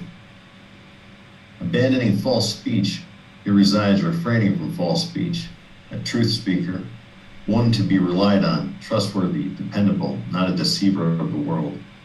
Thus he is accomplished in morality. Abandoning malicious speech, he does not repeat what he has heard, here to damage of those, or repeat here what he has heard, and there to damage of those. Thus he is a peacemaker of those in conflict and an encourager of those to come together, rejoicing in peace, loving it, finding joy in it, one who speaks up for peace. Thus he is accomplished in morality. Abandoning harsh speech, he refrains from it. He speaks whatever is blameless, pleasing to the ear, agreeable, reaching the heart, courteous, pleasing, and attractive to the multitude. Thus he is accomplished in morality. Abandoning idle chatter, he speaks at the right time, what is correct and to the point of teachings and discipline. He is a speaker whose words are to be treasured, meeting the needs of the occasion, well thought out, well defined, and connected with the goal. Thus he is accomplished in morality. All right. Thank you, Nick. So here, this is the Buddha essentially further expanding upon the Eightfold Path. These all directly plug into the Eightfold Path. These first 4 paragraphs are essentially talking about the 5 precepts. These first 3 paragraphs are plugging into right action. He's talking about not taking life, not stealing, and not having unchastity. That's part of right action. He expands upon this even further in the 5 precepts, but here he's talking about it as well. He has this layered approach, right? Then this 4th paragraph is part of right speech, and it's also part of the 5 precepts, that 4th precept that he talks about. But then he goes into 3 additional paragraphs, further explaining right speech above and beyond what he's explained in other places, like the 5 factors of well-spoken speech. Here he's giving more content to it. He's giving more descriptive language that helps us to understand the teaching and why we would be interested to practice in this particular way. So that's what he's describing here. One thing that I would like to point out is here where he says he is a speaker whose words are to be treasured, meeting the needs of the occasion, well thought out, well defined and connected with the goal, right? Like when we speak, we should always make sure that our words are from that perspective, that our words are well thought out, that they're well defined and connected with the goal of the speech that we have. Because if we just blah, blah, blah, blah, blah, blah, blah, blah with idle chatter, it's putting a burden on the people who are listening to us to figure out what is it that this person is really saying. And it's causing harm if we have idle chatter, because it requires the individual who's listening to us to really try to decipher what is it this person's trying to say. But when we can speak in a way that is treasured, meeting with the needs of the occasion, well thought out, well defined and connected with the goal, we ensure that our words are concise and precise in the way that we speak. And then the people who listen and understand and talk to us and are listening to our words, they don't have to work really hard to figure out what it is that we're communicating. This is going to make people more interested to talk to us and listen to us, maybe heed our advice. It actually helps us to become a more influential person, is that we're able to influence our family members and our neighbors and help people around us much better if they're not having to work so hard to figure out what we're actually saying. So when your mind is clear and you've cleared out the pollution in the mind, then you should be able to put together well thought out words and be able to communicate that in a very precise and concise way, thus minimizing any kind of burden of the listener to have to figure out what it is that you're saying. And this will really help you in your personal and professional relationships. What questions do you guys have on this chapter? No question this time, teacher. All right. Chapter 123. Monk who is perfected in morality. Second discourse. He eats once a day and not at night, refraining from eating at improper times. He avoids watching dancing, singing, music and shows. He abstains from using garlands, perfumes, cosmetics, ornaments, and adornments. He avoids using high or wide beds. He avoids accepting gold and silver. He avoids accepting raw grain or raw flesh. He does not accept women and young girls, male or female slaves, sheep and goats, cocks and pigs, elephants, cattle, horses and mares, fields and plots of land. He refrains from running errands, from buying and selling, from cheating with false weights and measures, from bribery and corruption, deception and insincerity, from wounding, killing, imprisoning, highway robbery, and taking food by force. Thus, he is accomplished in morality. All right. Thank you, Bassam.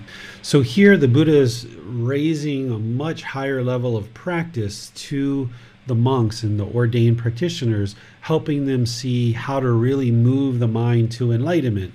And even though this is really directed towards the ordained practitioners, there are certain things that we can glean from this and practice as part of our household life. And household practitioners can really improve their practice by kind of looking at what the monks are practicing, what the ordained practitioners are practicing, and then figuring out ways to incorporate that into our life. So this one thing where he says, eat once a day and not at night, refraining from eating at improper times. The Buddha used to teach to just eat one time a day and to eat before noon. And essentially what he was teaching, and he describes this in other parts of his teachings, is he says we should be moderate in our eating, right? That we shouldn't gorge ourselves, because this puts a lot of work on the body and it makes it harder for the body to digest food if we're gorging food, particularly late at night, and we have these big, huge meals. The body has a hard time to process that. And you'll find that with these big gorging meals, that the body actually has a harder time to train the mind because it's so indulgent in having this enormous amount of food. Well, today, you can eat one meal a day if you'd like, but you don't have to. As a household practitioner, your caloric needs and what you need on calorie intake is going to be much higher than an ordained practitioner. An ordained practitioner wakes up, they meditate, they might sweep the temple, they might do some teaching, some studying, some meditation, and things like this. They're just kind of living a very basic, simple life without much physical activity. So for a household practitioner to be able to eat once a day, it's actually quite a challenge. And you would find that if you have children or you have a job and you're going from place to place, that you're going to need more than one meal a day. Even nowadays, most monks will eat 2 meals a day. Some people say that the food and the caloric value of food during the lifetime of the Buddha was much higher than it is today, that maybe a broccoli was a much higher calorie content than a broccoli today based on the soil and the water and the environmental change that we've experienced, that even ordained practitioners will eat twice a day nowadays. And as a household practitioner, you might eat 2 times or 3 times or 4 times a day. It's not that you have to eat once a day, but what you need to do is you need to be moderate in your eating, not have these gorging meals where you just load up on food, and then be sure that you're not just doing emotional eating where you're just eating emotionally and for the pleasure of the tongue. So that's what I would say there. And whether you eat before noon or midday, which is what the Buddha used to teach, that's not a requirement of enlightenment, because our life and our life patterns are very different. There's some people who work a midnight shift to 8 a.m. and the only time for them to eat is they're going to eat just before work at 11 p.m. at night, perhaps. So it's not that we have to conform to this once a day and eating only at a certain time, but instead ensure you develop your practice where you look at food as sustaining your life and that you eat in moderation. That's what's important. A ordained practitioner will avoid watching dancing, singing, music, and shows, essentially entertainment, because there's a likelihood for the mind there to have craving towards those things and then inhibit it from attaining enlightenment as a result. Well, in the household life, you might need to go through a period of time where you do kind of significantly decrease or even eliminate entertainment in your life for 3 months, 6 months, or a year, and observe that you maybe were filling the mind with listening to music or watching entertainment in order to eliminate boredom.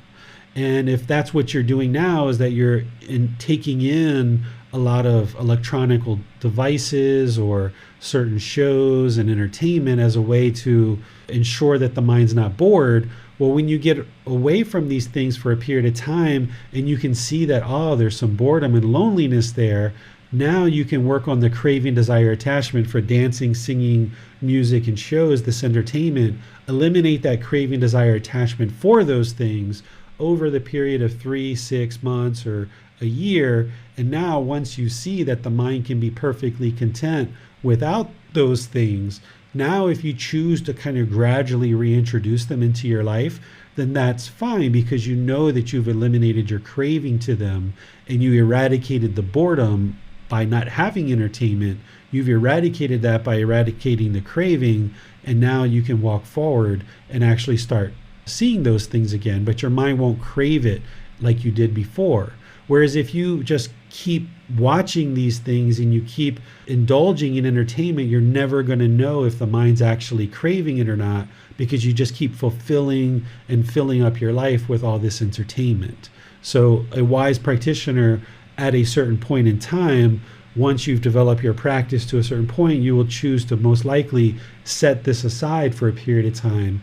And then once you observe the craving has been eliminated, you might choose to partake in those things occasionally, but without craving, desire, attachment. He abandons from use these garlands, perfumes, cosmetics. This is how we kind of beautify the body, by putting on chains and necklaces and jewelry and makeup and all of these things. This is seeing the physical body as being the self and who you are. And an ordained practitioner isn't going to do these things at all. They're going to completely eliminate them. A household practitioner, just like I talked about with entertainment, it would be wise for you to eliminate these things for a period of time and go a period of time where you realize you don't need these things. You don't need rings. You don't need chains. You don't need to beautify this body. You can be content without it. And then when you go a period of time, 3 months, 6 months, a year, where you see you don't need those things anymore, if you choose to put back on a wedding ring because that's something you would like to wear and it's nice for you and your life partner to wear that wedding ring, then great. Go ahead and wear that wedding ring. But if you continue to wear it always, always, always, then you're going to never know whether it's a craving, desire, or attachment. If you ever watch people who wear wedding rings and they do public speaking, they will oftentimes touch their ring almost obsessively. And this is the mind craving comfort, and it's touching that ring constantly. And it feels comfortable when it touches that ring. And that shows that the mind is craving and attached to this ring. And the only way that you're going to get rid of this craving is to let go of all this beautification of the body, let it go for a period of time, train the mind to do without it. And then once you realize the mind is perfectly content over 6 months or a year without these things, then if you choose to bring them back into your life, then go ahead and do that. He avoids use of high beds and wide beds. This is helping the mind to eradicate conceit, that arrogance or pride, by sleeping low to the ground, having your mattress on the floor, and having a bed that's not very luxurious, just a basic simple bed that you need in order to sleep. Then this trains the mind to eradicate arrogance and conceit. And by getting up and down off the floor, entering into your bed, whether it's a mattress on the floor or whatever it is, it will gradually, slowly train the mind to not see itself as so high and mighty in this high position, but instead it'll help you eradicate any arrogance or pride. So anybody who would like to work on conceits or arrogance and pride, one of the first things you should do is put your bed as low as possible to the floor. This is going to help you to eradicate any conceit, and also eliminating any kind of luxurious things. If you've got 40, 50 pillows or 10, 20 pillows in your bed, then, you should probably just bring that down to 1 or 2 and just be content with that. You don't need all this comfort of the physical body. And in doing so, it's just going to arise the mind craving sensual pleasure through the senses. For ordained practitioners during the lifetime of the Buddha, they avoided accepting gold and silver. He wouldn't allow them to have currency or money, these valuable things, even not just gold and silver, but things like grain and flesh and beings like women and young girls and male and female slaves and these animals that he's talking about. Because for different reasons, these things are in there for different reasons, but he wasn't interested in having his ordained practitioners crave wealth and material possessions, but instead just live a very simple life. Today, ordained practitioners do have money, but they need to train themselves not to crave it and not desire it. And there's different ways for them to do that. For us household practitioners, we're going to need to have currency and money in our life. We wouldn't be able to survive without having some way of orchestrating, spending, and buying to acquire certain things that we need in our life. But we need to train the mind to not base our inner feelings on the level of our bank account. If we have $5,000 in our bank account, okay, the mind's content. If we have 500, then okay, the mind's content. No longer basing our inner feelings on the amount of wealth that we've acquired. And if somebody continues to base their inner feelings on those things, then the mind isn't going to experience enlightenment. And there's other things in here the Buddha talks about in terms of cheating and having certain activities which are pretty straightforward. But if you guys have questions on these, let me know. What questions do you guys have on this chapter? The question this time, teacher. All right, now the last chapter, chapter 124. Yes, let's go to Manal. Monk who is perfected in morality, third discourse. Whereas there are some ascetics and Brahmins feeding on the food of the dedicated are addicted to the destruction of such seeds as are propagated from roots, from stems, from joints, from cuttings, from seeds. A monk refrains from such destruction, thus he is perfected in morality. Whereas some ascetics and Brahmins feeding on the food of the dedicated remain addicted to the enjoyment of stored up goods such as food, drink, clothing, carriages, beds, perfumes, meat, a monk refrains from such enjoyment, thus he is perfected in morality. Whereas some ascetics and Brahmins feeding on the food of the dedicated remain addicted to attending such shows as dancing, singing, music, displays, recitations, hand music, cymbals and drums, fairy shows, acrobatic and conjuring tricks, combats of elephants, buffaloes, bulls, goats, rams, cocks, and a quail, fighting with staves, boxing, wrestling, sham fights, parades, maneuvers, and military reviews, a monk refrains from attending such displays. Thus he is perfected in morality.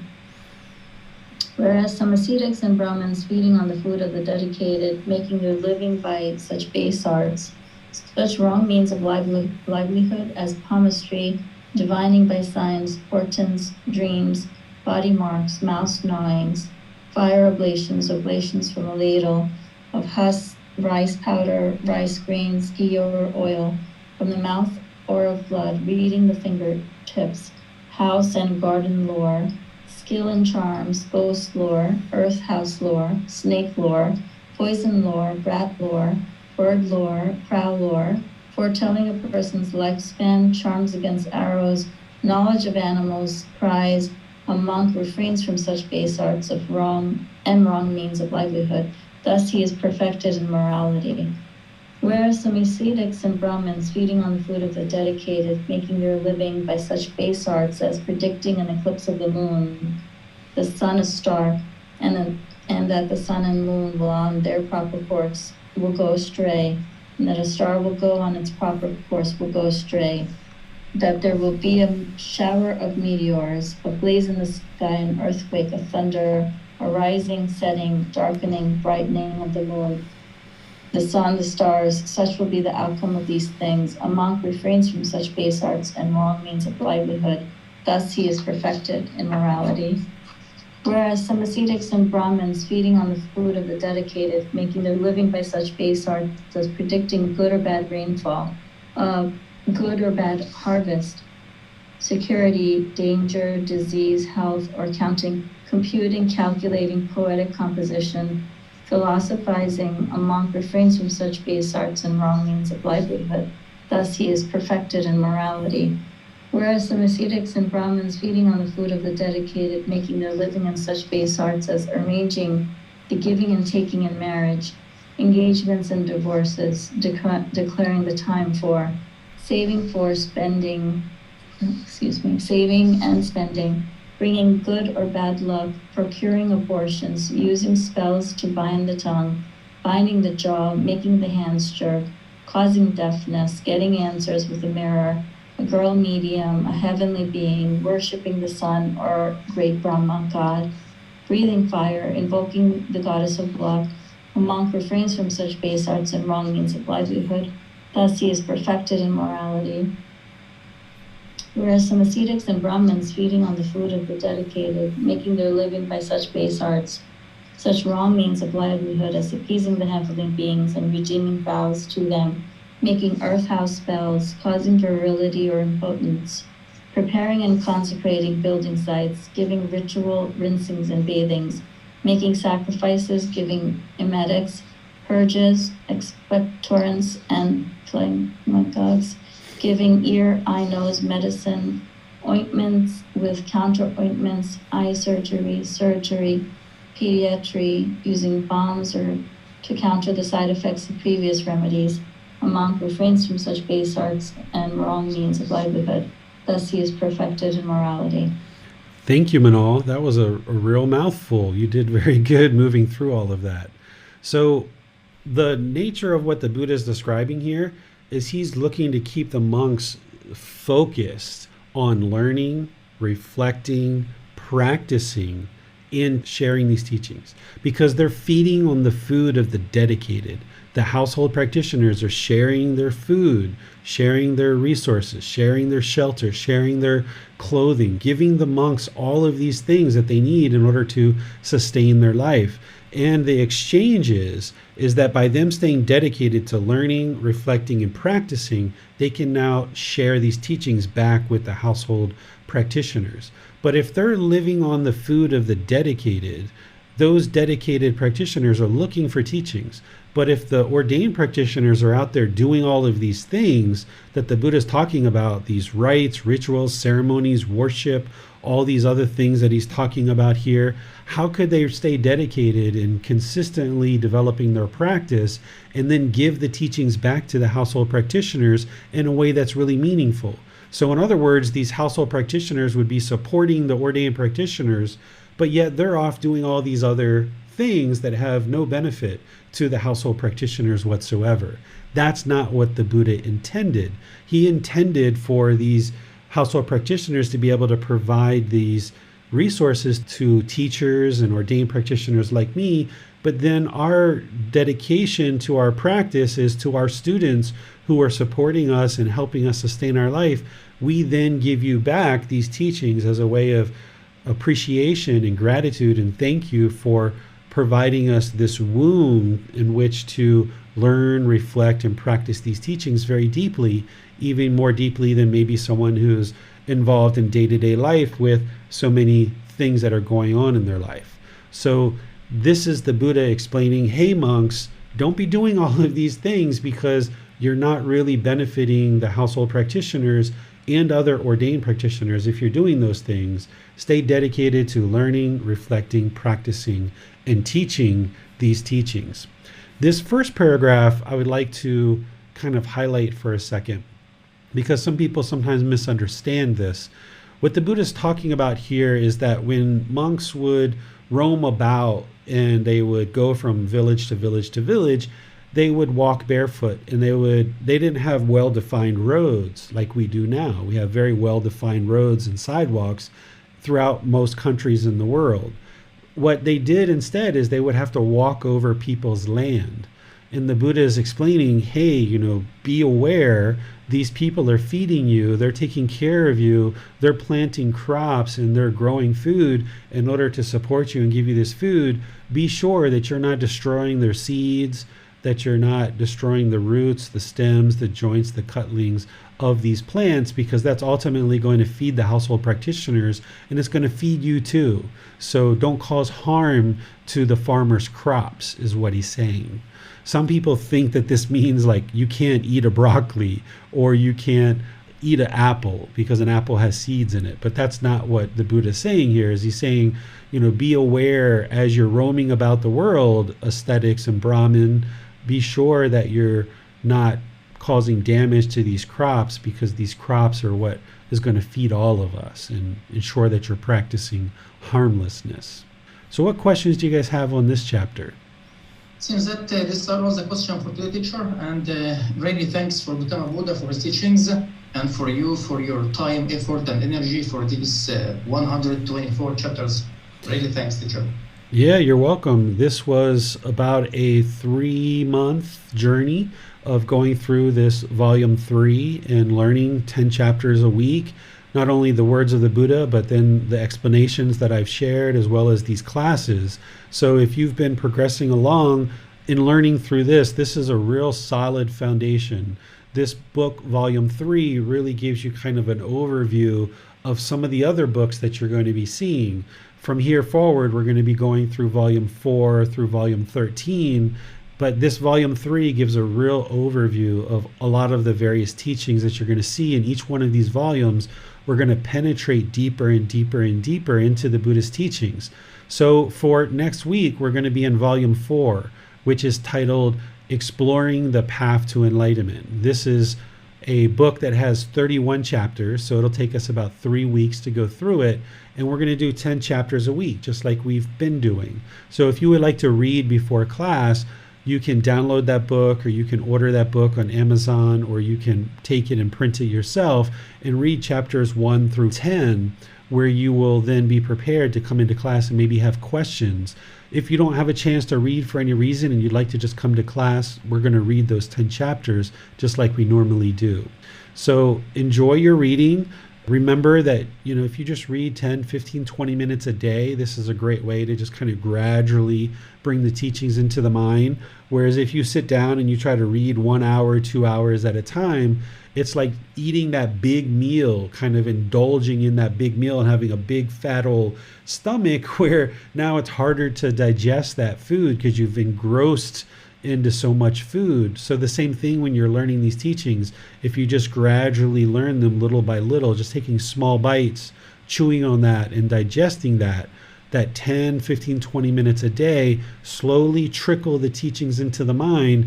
It'll give the mind more time to kind of reflect on the teachings, and you'll get more benefit out of learning them that way. So that's what I would suggest for all of these chapters and all of your comings and goings as you're developing your practice along this path, is that you can just gradually learn them bit by bit. And by you having your eyes in these books over the course of the time of this program, you'll find that there'll be situations that will come up in your life and you will have handled it a certain way.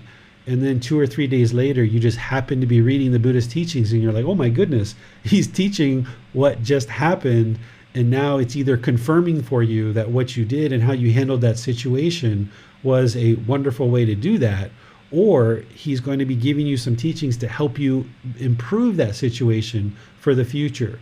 Or another situation is you can be reading the Buddha's teachings regularly like this, and then you're reading what he's teaching, and then 2 or 3 days from now, you might have a situation that occurs that directly relates to something you just read in the Buddhist teachings, and now you're better prepared to handle that situation and you'll have better results because of your consistent, slowly trickling the teachings into the mind. It's going to gradually help you develop your life practice where you'll see situations that will benefit you from having learned and practiced these teachings more deeply like this, and doing it on a more slow, consistent, ongoing basis. So thank you all for your dedication of learning and practicing and studying up to this point. I'll see you guys next week where we'll learn chapters 1 through 10 of volume 4. Tomorrow in the group learning program, we're in chapter 9, which is what is Kama and how does it affect me? And then on Wednesday, we're going to be doing breathing mindfulness meditation together as a group. So I'll see you either Sunday, Wednesday, or next Saturday. Have a lovely rest of your day. Sawadee ka. Thank you for listening to this podcast. To provide support for this podcast, visit patreon.com/support Buddha. To access more teachings, visit buddhadailywisdom.com. There, you will discover a full range of courses, retreats, and online resources to assist you on the path to enlightenment. Remember to establish a daily, consistent meditation practice, along with learning and practicing these teachings. A well-developed meditation practice is the foundation in which to train the mind to attain enlightenment.